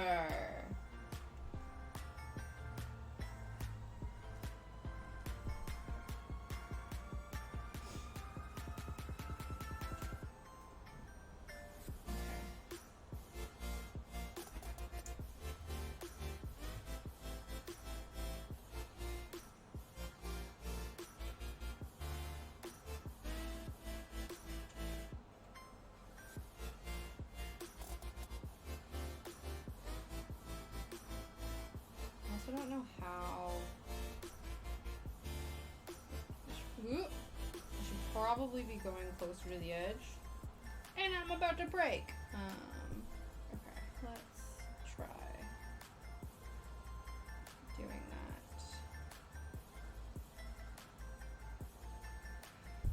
that. It's one of those where it's not going poorly, it's just a tedious thing. Like, I can't make this any, like, I can't make this go any faster, and I can't make this any less tedious. That's just the way this works.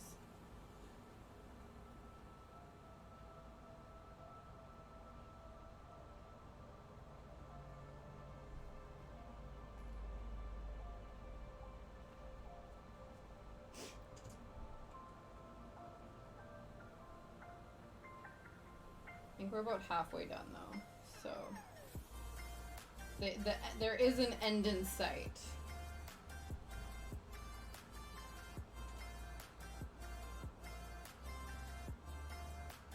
I do think there's a lot of extra fabric in this portion, too. I probably could have cut a little bit off before we started doing this, but I don't know. It is what it is.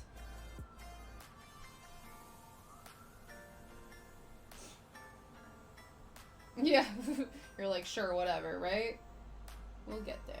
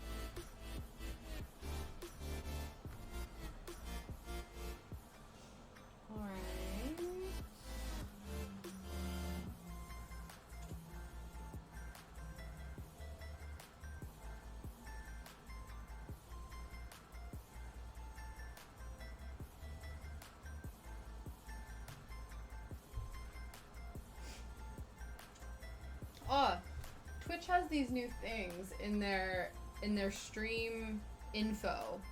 That's like a content guideline, and I thought that was kind of cool because I was like, oh, remember how we joked that like we have a 14A rating on the channel? We're not like an 18+ channel, but we do have like some suggestive conversations and things like that. So I was like, oh, okay, cool, but like the content, so I was looking into them to think, I'm like, oh, maybe I need to update one of those things for the stream or whatever. But they're very, like, I don't know, like, they seem very black and white, where they're like, oh, you do a lot of this. So it's like explicit language where there's like constant swearing and constant this. And I'm like, well, it's not constant. At least I don't think it is.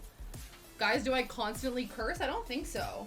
And then the same thing where it's like, oh, there needs to be like content, like constant discussion or contents of whatever. And I'm like, well, none of this happens constantly. It's just sometimes. So I don't know. So I didn't put any. So I was excited about them, and then I was like, oh, I guess I'm not that extreme in the way that I discuss certain topics, so I guess never mind.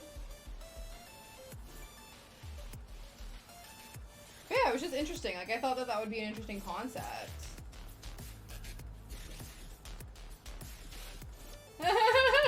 I love how it auto-modded something that you said it had.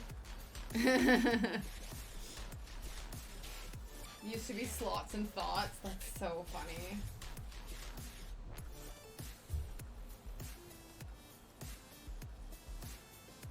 Yeah, I don't mind it, because I don't find, like I said, I don't find I'm particularly salacious in any capacity.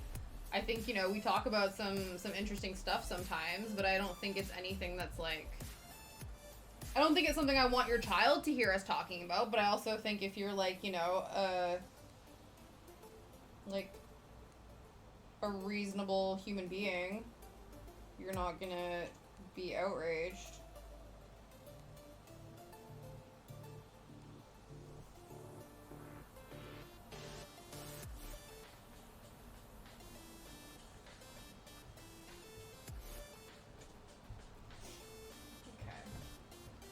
A bit wonky, but again, fine. Yeah, but again, there's not a content warning for that. So there's not like, you know, heavy discussion about world affairs. Like that's not an option. Yeah.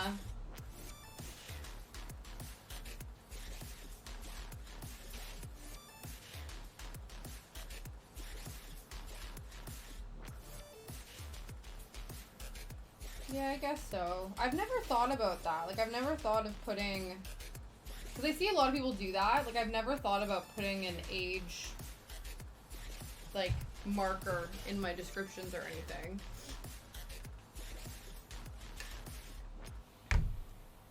I'm more team, like, you should have, like, I don't know, parental discretion about what your kids consume on the internet. And so I'm going to do my best to not be a horrible piece of shit. But if there are mature subject matters that come up within an organic conversation that I think is important, then that's up to the individual person who's monitoring that child's media consumption to make that differentiation for them. And also, Prabhakis, I feel like, you know, the other thing that's really, I guess, cool about Twitch and the fact that people can connect from all over the world and stuff, I think it is an interesting way to give people exposure or insight into different things. Like, I would have not known anything about, you know, the political climate of Greece if not for you. And you know what I mean? Like, it's just, I don't know, like, it's just little things like that you're kind of like, oh, like, that's not the end of the world that I've now been exposed to that. If anything, I'm probably better for it, so.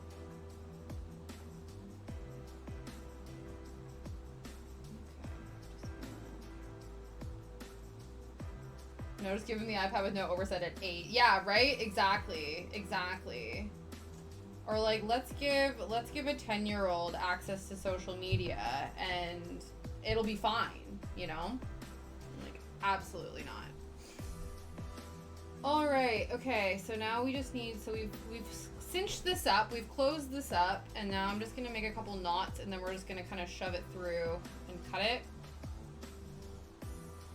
And then we'll be ready to, I guess we'll probably iron it again, just to see what happens, and then go from there. Yeah. I swear people don't want to be parents. Yeah, some people don't. Some people don't, or they don't necessarily, or they, I don't know. I feel like that it's complicated. Some people straight up don't end up in circumstances where they do it against their, you know, possibly against their will, you know what I mean? There's like societal expectations.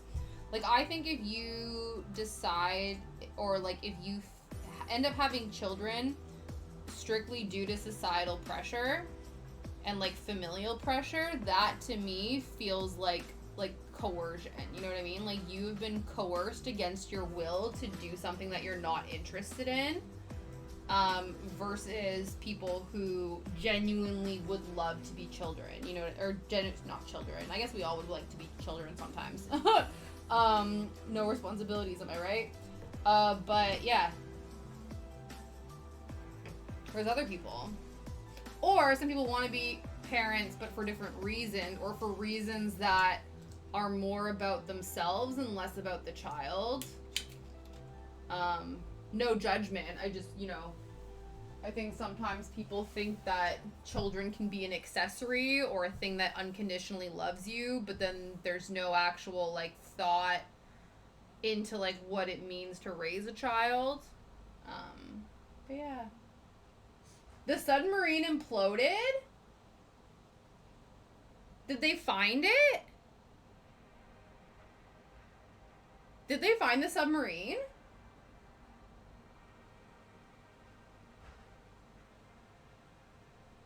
To be fair, nobody ever told me to actually... Yeah, that's true.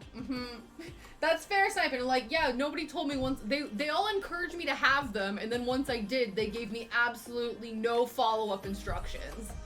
It was like, have kids, and then it was like, okay, now what? And they're like, oh, you're on your own. I feel like that happens to a lot of people. They found the debris field. Wow. That's wild. So that's it. The search is done. I guess this is like, yeah. I was gonna say, like, I don't know if this is a dumb question or not. Because I feel like because usually when there is a body on water, bodies naturally will float. And I would assume as well, if the body is deceased, then it would fill up with water and also become buoyant.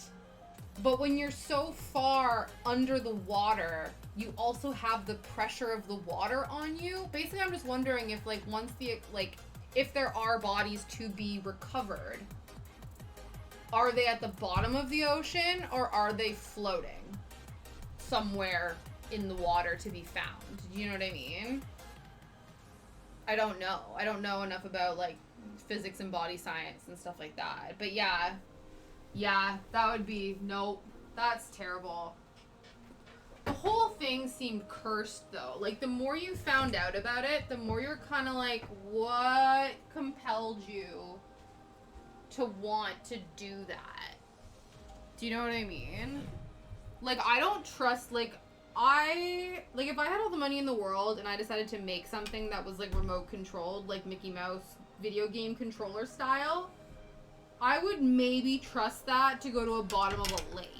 You know what I mean? Like, it just... I don't think it was thought out very well.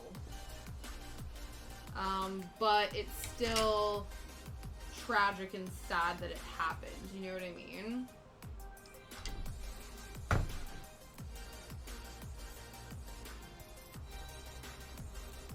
Here's a question. This is something on the depths of, yeah. Well, I guess so, but also going to the moon also involved, like, a lot of scientists and, like, multiple man teams and a lot of tests. So they tested going into multiple things, right? I don't know how much testing this particular tube had gone through. Do you know what I mean? Like, did they test it? Like, what were the rigorous conditions in which they went through testing in order to achieve that? You know? Like, I 100% think that you're right. We need to have incredible thinking. Like, you have to reach for the stars in terms of your thinking. You got to be able to imagine making the impossible possible. I think that's how we progress as a society in the world. But I also think that with big ideas come lots and lots of tests and safety precautions and bureaucracy and all that kind of stuff.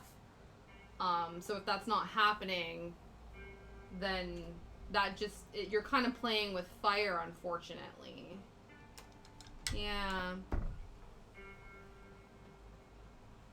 That's still really sad, though.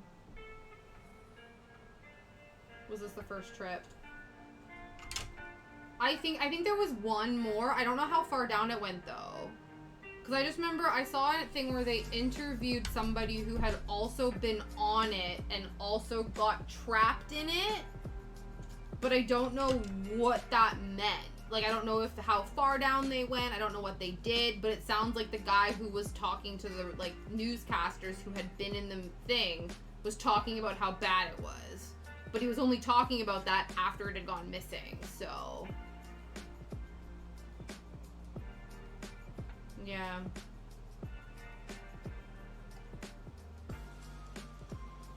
Does anybody have any, okay, if you had any do you have any interest in exploring either, like, space or the ocean? Or if you had to pay, you know, if you were given a free ride to space or a free ride to the bottom of the ocean, which one would you choose if you would choose either? I don't know if I have any interest in going to space or going to the bottom of the ocean, actually. Both, yeah, you would.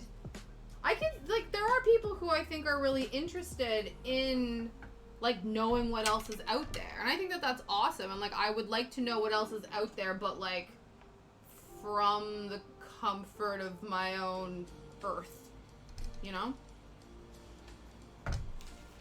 Okay, so we are now ready to assemble.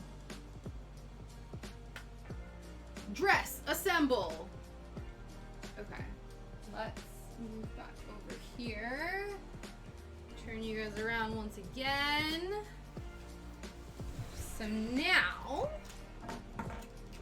we can pop all of this over here for now. Let's take another drink. Let's move you guys back over here. First, I'd like to see the ocean. Right. Mm-hmm. Just seeing, like, the ocean in general. Like, I really like, the coral reef. Like, looking at the coral reef, stuff like that. But, yeah, I don't know any deeper than that. I'm not sure.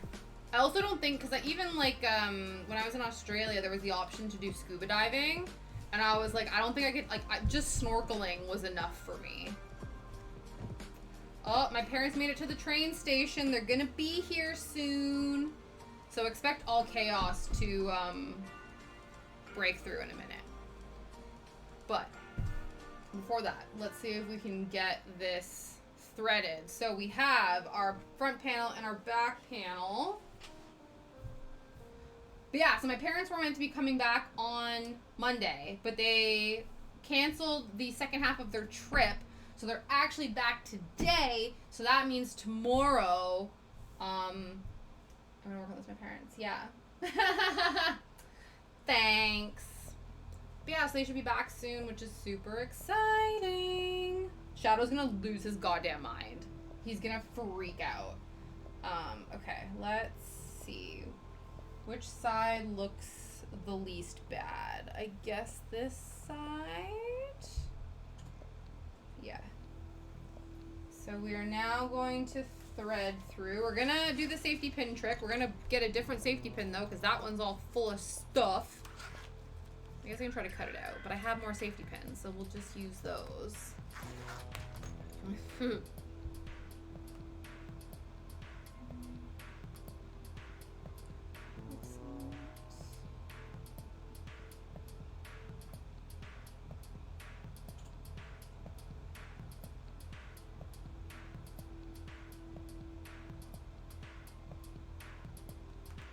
Sorry, I'm just messaging my mom so they know that they're walking into a stream session.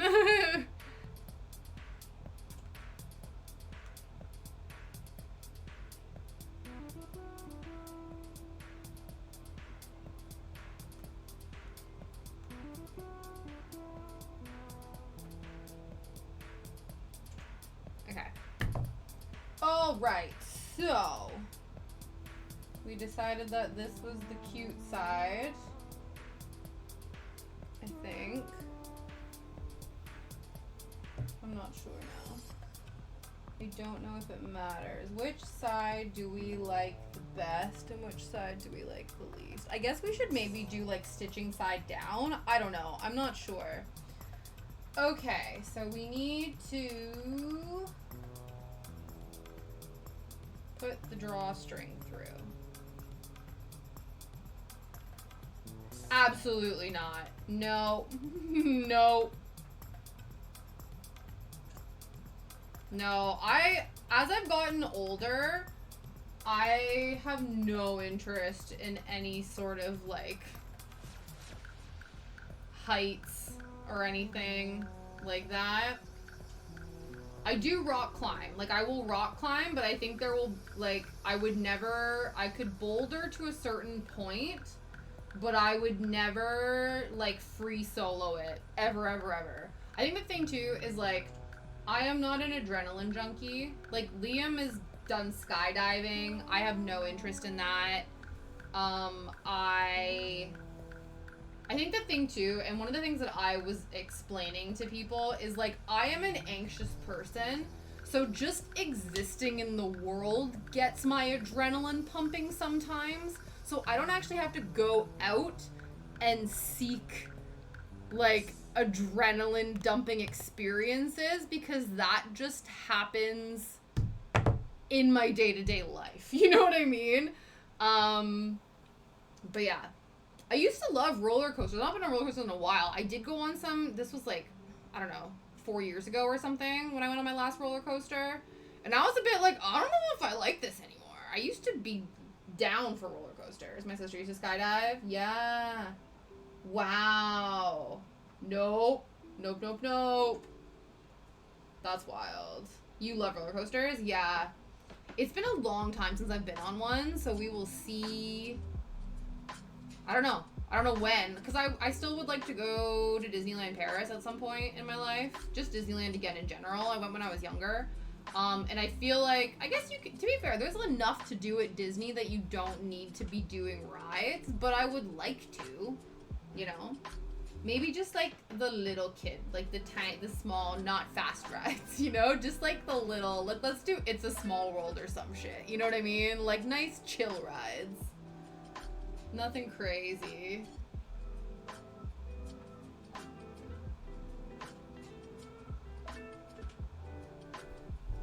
Just thinking, actually.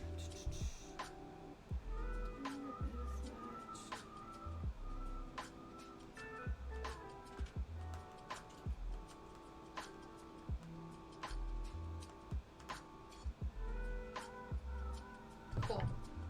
All right. So we are threading this through, and then we're going to, because it's meant to like get cinched, be cinched and things. So we will sort of experiment with like making everything even in its cinchdom. Has some good roller coasters, yeah. So, we've threaded this through. I think we need to just try and make everything as even. Oh no, did I twist this? No. Okay, it's fine. It's fine. Let's try to make these as even as possible.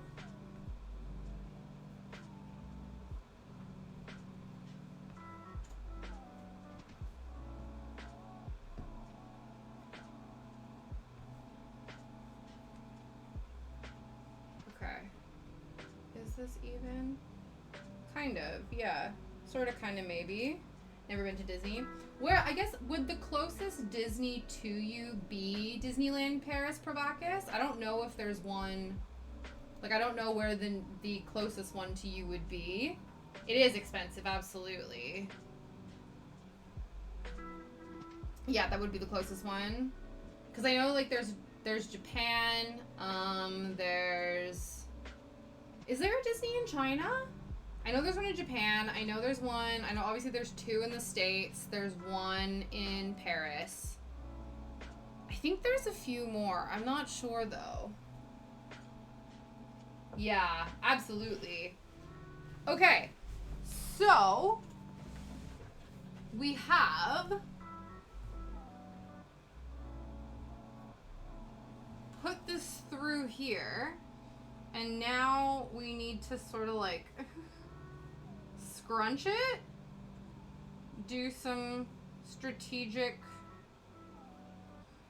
scrunching and bunching, and then I guess similar here. And then I think we try it on. Which is wild. Okay. Should I? No, I think that's fine. The plane tickets for November in Paris are €300. Yeah.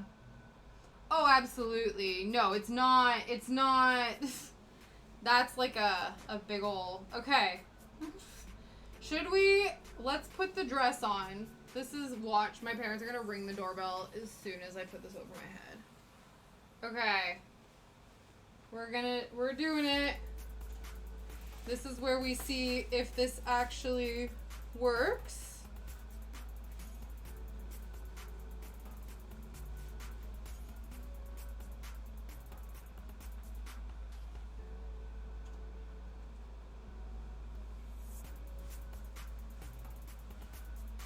Okay. It's very... The sides are... Yeah. I don't know... Okay. There we go. Maybe. Sort of, kind of, maybe.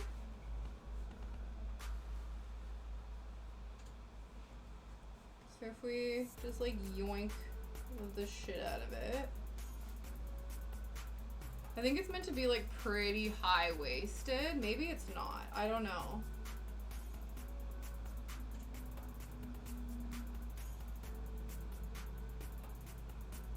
Oh, it's definitely, like, too long. Oh, maybe it's not. I don't know. I think the thing is that, like, the bust... I don't know. I'm concerned about the kind of bra I need to wear with this. Because, like, there's, like, you can see... I don't know if you can see this. Let's see. Here, let's do this. So you can see, like, here's the dress I'm wearing. And then here's the dress. It's not too bad. Let's see. How does the back look?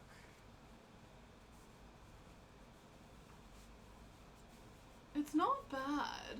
I don't know. It's meant to be, like, pretty loosey-goosey. How's the front? Because then also, too, we are going to have, like, a waistline, and it's going to be cinched in here. And then it's going to, like, billow out a little bit. Actually, now that it's on, I don't think it's going to be too long, because by the time we put everything in, I think it's going to be okay. Holy shit, you guys. Oh, the one side, so this side here is, like, not bad, but, like, if you look at the other side, it's a lot lower. So so we are a bit lopsided in terms of the pieces here. Yeah, so this armpit is much lower down. This armpit is much lower down than this armpit. I don't think that's a bad thing. Oh no. Oh no, I was looking at my other... Okay, wait. I think I was tugging the dress of my the one I'm wearing. Okay, no, we're actually pretty even. I think we're okay. Holy shit, you guys. We are making a dress. This isn't bad at all. I'm feeling pretty good about it. Well, damn. Okay. Okay. Yeah. Cool. So, I know one of the things that the sew along was saying was like, oh, if you don't want to have to like rearrange all of the bunching and scrunching every time, you can like sew down the neck strap in the correct like ruched areas. So I think we can do that. I think I need another person to help with that though. Like my mom can then put the pins on the sections that we need. And then we can actually stitch them down. But I don't hate it. It's not terrible. Go team. High five. Okay. So let's untie this. Let's take this off. And then we can go from there. Cool. Okay. Oh yeah, and then the slit's not too long, I don't think. Excellent. Okay. Or not too high, sorry. Oh.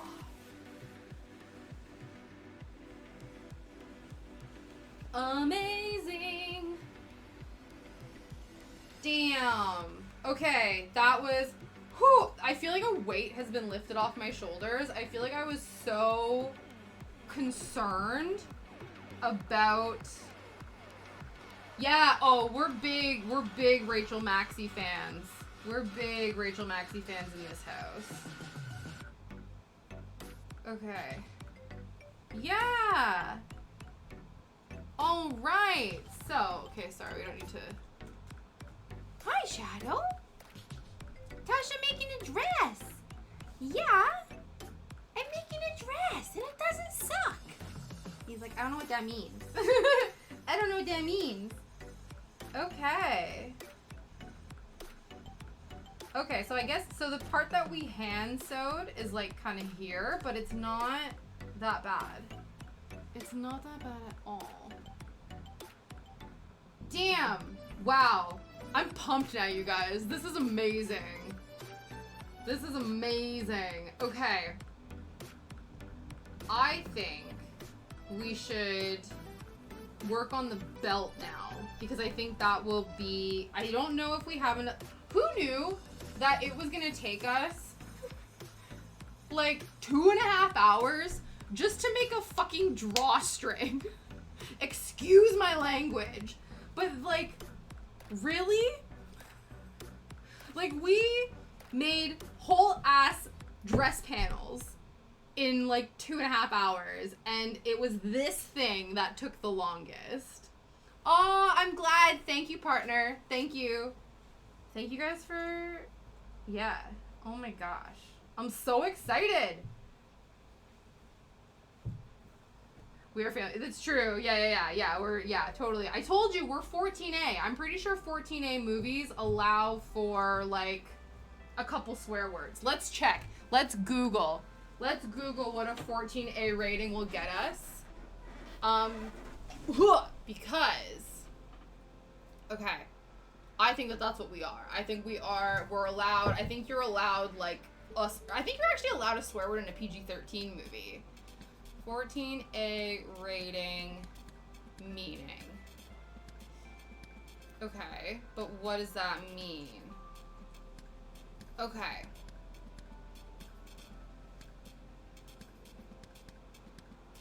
So, this is taking too long to load. Okay, there we go. It's fine. I don't think you are for PG-13. Yeah, no, I think PG-13 is no. Okay. Bloop, bloop, bloop. No, tell me what it means.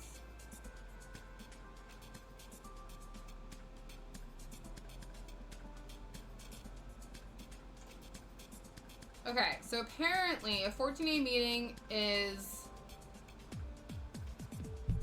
coarse language and or slurs. Well, we don't do that here. Absolutely not. Sexual references, infrequent, strong, aggressive language. So infrequent That was infrequent. I think that was the first F-bomb in a while. So I think we're okay. Yeah, I still agree with that. Yes. Coarse language, sexual references, infrequent, strong aggressive language. We'll allow it. All right. Okay, so we're technically skipping a bunch of steps because I don't feel confident enough to do the waistline casing yet. So if you remember, actually, we can flip this inside out. So if you remember this, let me see if I can find it. Hopefully it's still there. Yeah, the very faintest of faint lines. I don't know why it like disappeared in one part. Oh no, it's very faint. You can see it. I just spat on it. It's fine. But yeah, so there's this really faint line here that we are going to put the casing on to then put the elastic waistband to cinch the waist in. But that I think is a tomorrow us problem. And so I think we should, for the last half hour, work on me. Work on the belt. Guys, I am just gonna mute you for 2 ticks. The parental units just arrived. So I will BRB and we will finish up what we're doing.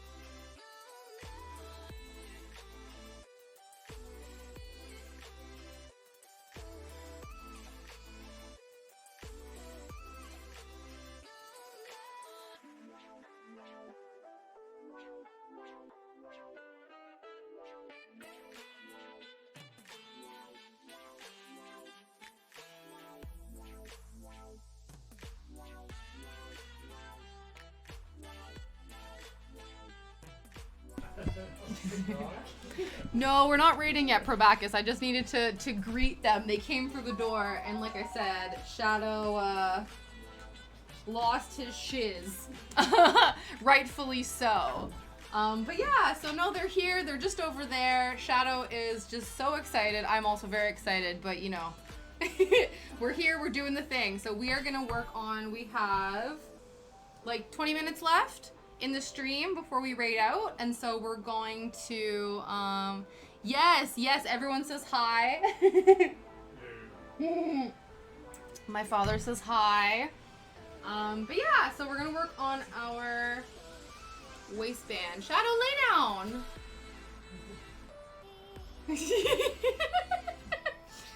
Anyway, so now, yes, so we're gonna work on the belt. I'm not entirely sure if we want the belt, but I want to make it anyway because we had enough fabric, and so then we have options. You know what I mean? Options are good. And so, yeah. So what do we need to do with the belt? So we're gonna skip ahead to... But yeah, so the next steps are about the waist casing. Again, I think that is going to be a tomorrow us task, because the waist casing is going to be like putting a casing around the dress, threading an elastic through it, and doing the thing. And then we finally get to finish the hem of the dress, which is good, because then that will be when we fix the fact that the back and the front are wonky, but it doesn't matter because it's the bottom and it's fine. So, the part we need to worry about now is the very last, it's literally the last 3 steps, which is the belt. So we need to do basically the exact same thing we did with the drawstring, and hope to God it doesn't take another 2 hours like it did today, because that was ridiculous and unnecessary. I think because this is wider, so it should be fine. It shouldn't happen.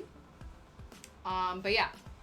So again, we'll iron the 2 pieces out, sew them, mark our 5/8 of an inch seam allowance, stitch that together, fold it, sew it, flip it inside out, though we might not have enough time to do all of that. I don't know if we need to. Yeah, it doesn't want us to cut them, so I assume there's enough room for all of this to happen now, which is good. Yeah, so by the indication on this, I'm led to believe that it's not going to be as painful as the neck drawstring was. All right, so let's bring you guys back over here. Let's go over here, iron these out. And then we're going to, again, pin them, mark our seam allowance, and go from there. Alright. Ooh.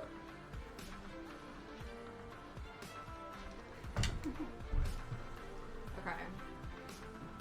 So I finally figured out the proper iron settings, which is good. A little bit of steam, but not too much. Luckily, because this is all flat, I think we're relatively crease-free in this respect, so that's good. Right? Get hyped! Get hyped. Alright.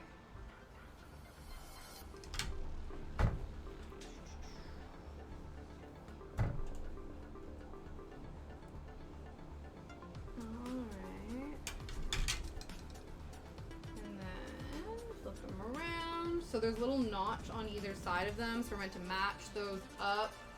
That's where we pin them and then do the thing. Oh yeah, let's turn you guys around so I can see what's going on. But yeah, I am like low key. Well, I say that. I'm cautiously optimistic that we might get this done tomorrow.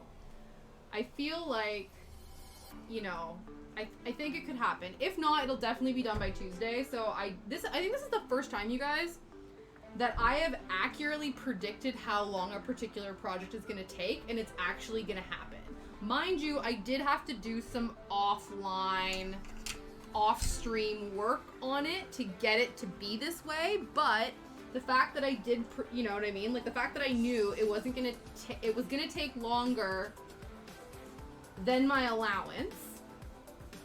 Then tomorrow, well, we only technically have, if we get this done, we might not get this part done, but if we get the belt done today, or get it close to done, what's left to do is the casing for the elastic waistband itself, and then just hemming the dress. So it's really only like 3 more components. You know what I mean? And if we take an hour to do each, you know, it's a 3-hour stream. We got 3 steps left. You know, it might happen, you know? It might happen. We'll see. We'll see. Like I said, though, this is all operating on the assumption that we don't notice any massive mistakes that we then need to rip out. But I don't think so, because remember, the biggest thing I was concerned about was that the fact that my back panel bodice was taller than my front panel bodice. I thought it was going to cause wonkiness when we put the drawstring in. I'll examine it a bit more closely, but as far as I know, I don't think it matters.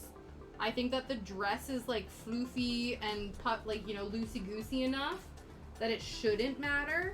If it does matter, I think it's a like decently simple fix, but it just means that it will take more time because we have to we have to spend time like stitch ripping. But I don't think we'll have to.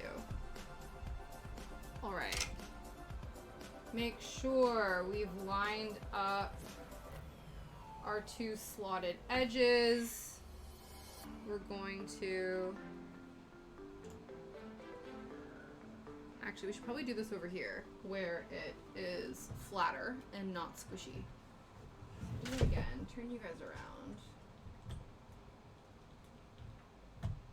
Why are you... Okay, there we go. This way. Alright, stay put. Excellent. Okay. Bring you over here. Bring this over here. Twist you guys over here slightly. Scooch over here. Alright. So, from the time, I don't know if we're going to have time to completely finish this, which is fine, but we will do like 80% of it.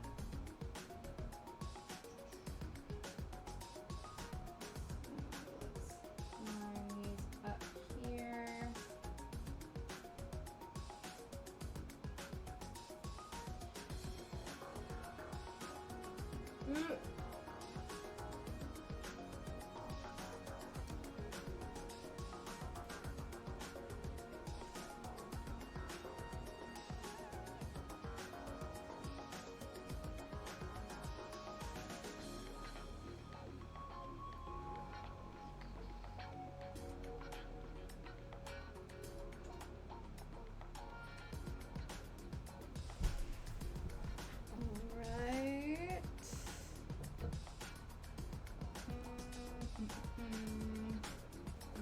This. Okay, notch edge, yes, okay. Fold along the fold line. Okay, so similar thing. So we're gonna mark off our 5.5-inch seam allowance on this, stitch this, fold it, press it, and then go from there. Okay. 1, 2, 3, 4, 5/8 of an inch.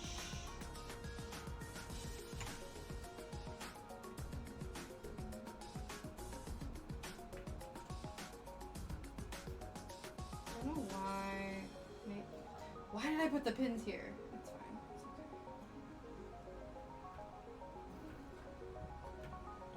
It's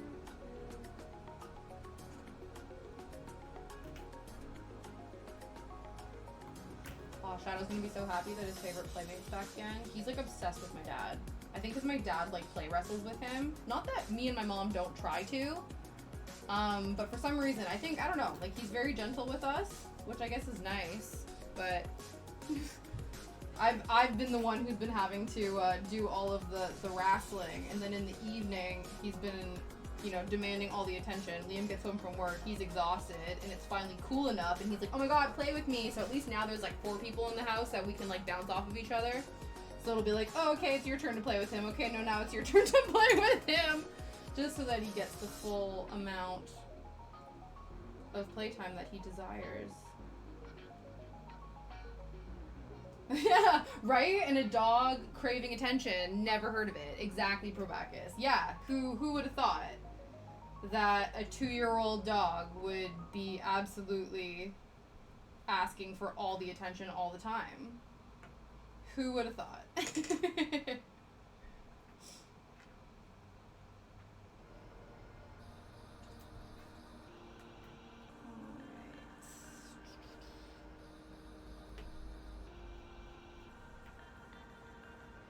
Okay. Good enough. Let's scooch over to the machine. And notches have been lined up. Scooch. Turn you. Turn this. Boop, boop, boop. Sure. I feel like by the end of stream, this camera is just like, it's taken on a life of its own. It's doing all of the different things right now. Yeah! No, I could never. I could never. Maybe one day, but no. Whoops. Oh no, did we reach the end of our bobbin? No. Good thing we have another one pre-done. Yo! We finished our first bobbin, you guys. So the thing that we wound at the beginning. Luckily we wound two, because we're smart. The only thing is, smart Tasha needs to remember where she put the rest of the bobbins. I believe they're in the bag over here.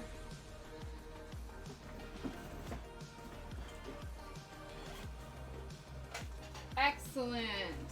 Oh my god, that's so cool. So we did one bobbin so far. I'm intrigued to know.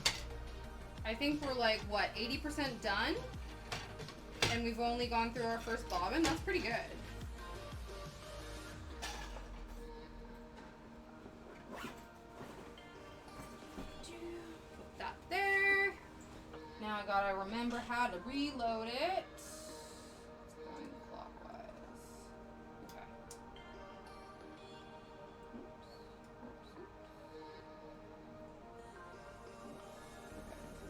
Clockwise.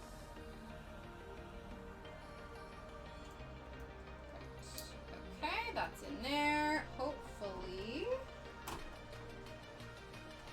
I'm gonna catch these hands, catch these stitches. Excellent.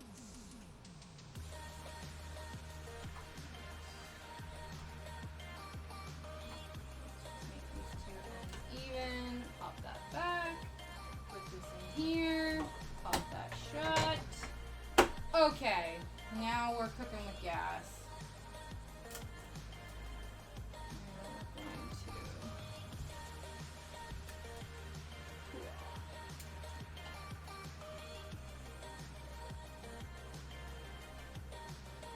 We're going to go just inside of our 5/8" seam allowance, just to give me room for wonkiness. Okay, let's do a couple back stitches.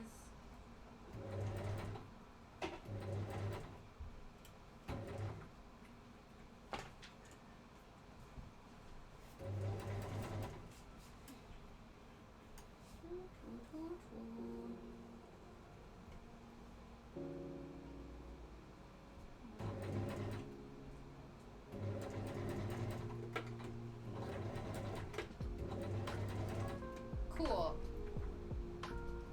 So, what we're going to do now is we're going to iron out the seam, fold it in half, iron everything, and I think that might be it for what we can do today. If anyone has any raid suggestions, let me know. If not, we'll go see which of our friends is online, and then we can go and say hello to them. Alright, again, you guys go back over here.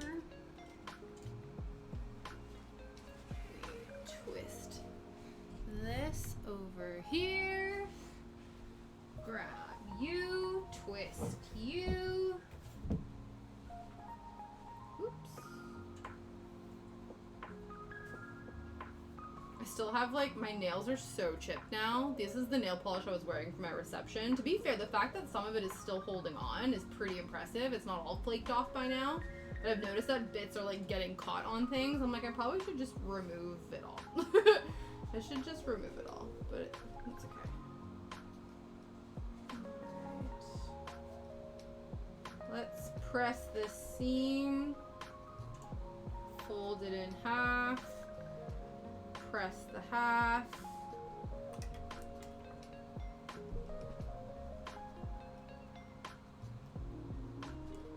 And then see who of our friends is online.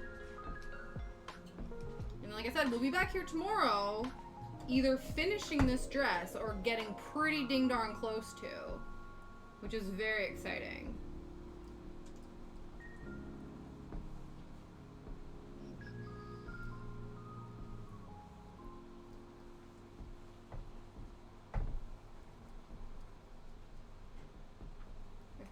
Seam pressed, wrong sides together, fold it. So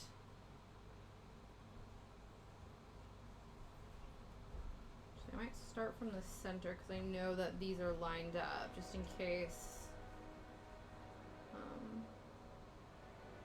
my either sides of my cutting were wonky.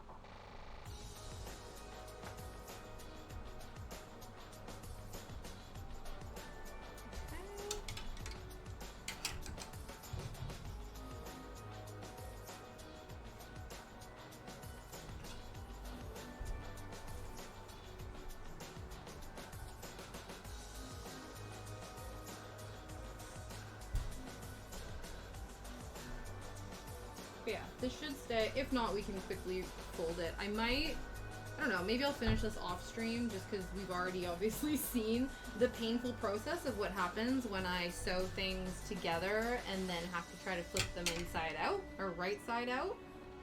Absolute chaos. Though I have a better feeling about this one, like I said, because it is larger, but still. We might just do this off stream so that we don't need to worry about it. And then we can just get straight to the casing. The Crafty Gremlin, thank you so much for the follow. I appreciate you. I too am a craft gremlin. I am not dat crafty gremlin. I'm like, you know. But also, I like that we attract each other. Friendly neighborhood craft gremlin meetup. For reals. Okay.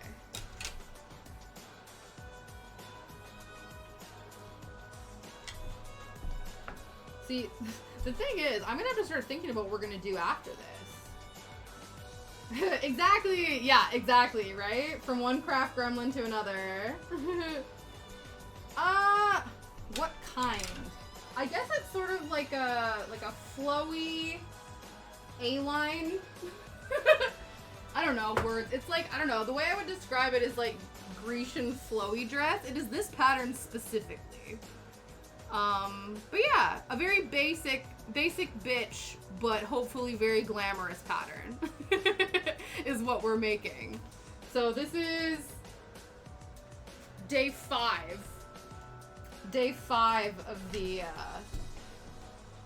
summer booty dress. Yes, yes, I like that. Yeah, so this is the first time, I think, again, outside of, well, it's been my first, thus far, unassisted pattern following sewing adventure. The only other patterns I've followed in terms of sewing have been quilting patterns. And this is the first this is the first wearable item of clothing I have ever constructed on my own. I said my only other reference point to doing this was, again, helping my mom make my Renaissance princess Halloween costume when I was in like the 5th grade, the 4th grade. So yeah, so it's been a long time. It's been a long time. Shouldn't have left you. But yeah, but clearly, you know, the baseline skills are still there. Yeah, right? I wonder, I'm sure I'll have to see if I have any. I personally don't have any childhood photos of it, but I'm sure they exist somewhere to find. We have many a handmade costume in our house. Cause that's, you know, my mom is the sew extraordinaire. Sewing is a bitch. I want to get back into it. Yeah. Ooh, flowy denim shorts. That would be really cute. That would be super cute.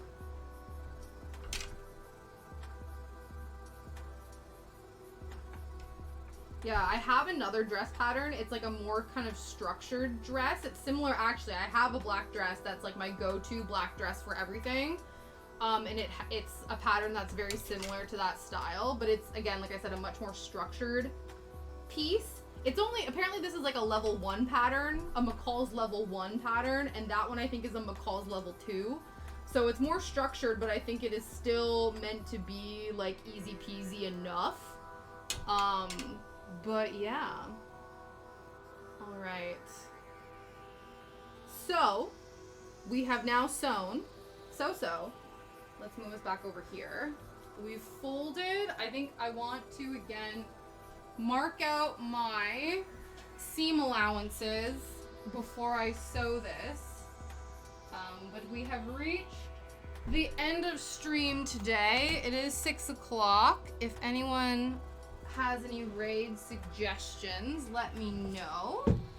But we can also go and see who of our friends is currently streaming. So let's go do that, shall we? DeCrafty Gremlin, also, you have been the official 330th follower, which is amazing. We're now at 330, which is so cool. We're 3 away from 333, which is also amazing, which I didn't realize apparently is an angel number. I just got excited and was like, we're halfway to 666, the devil number. And then my friend was like, you know that it is, yeah.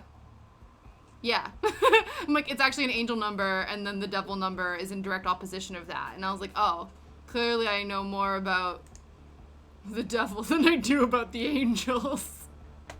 Anyway, but thank you so much. I really, really appreciate you being here. That's incredible. All right, let's go see who's online. I think Satchel Max just started. We've not visited Satchel Max in a while. I think I don't know if they're crocheting or they're knitting right now. So that would be fun. Yeah, I think they're knitting. Okay, let's go see what they're doing. Let's go see what they're up to. And then, yeah, like I said, we'll be back here tomorrow, potentially finishing the dress, which is wild, which is a wild thing to say. It's wild that thank you guys for coming on this journey with me. Honestly, it's been wild. That's the best way I can describe it. But it's been amazing. All right. Yeah, I don't know what she's making, but she is making something. And so we should go and see what that something is. So there is the raid message. I need to highlight that as well. Oops. Copy.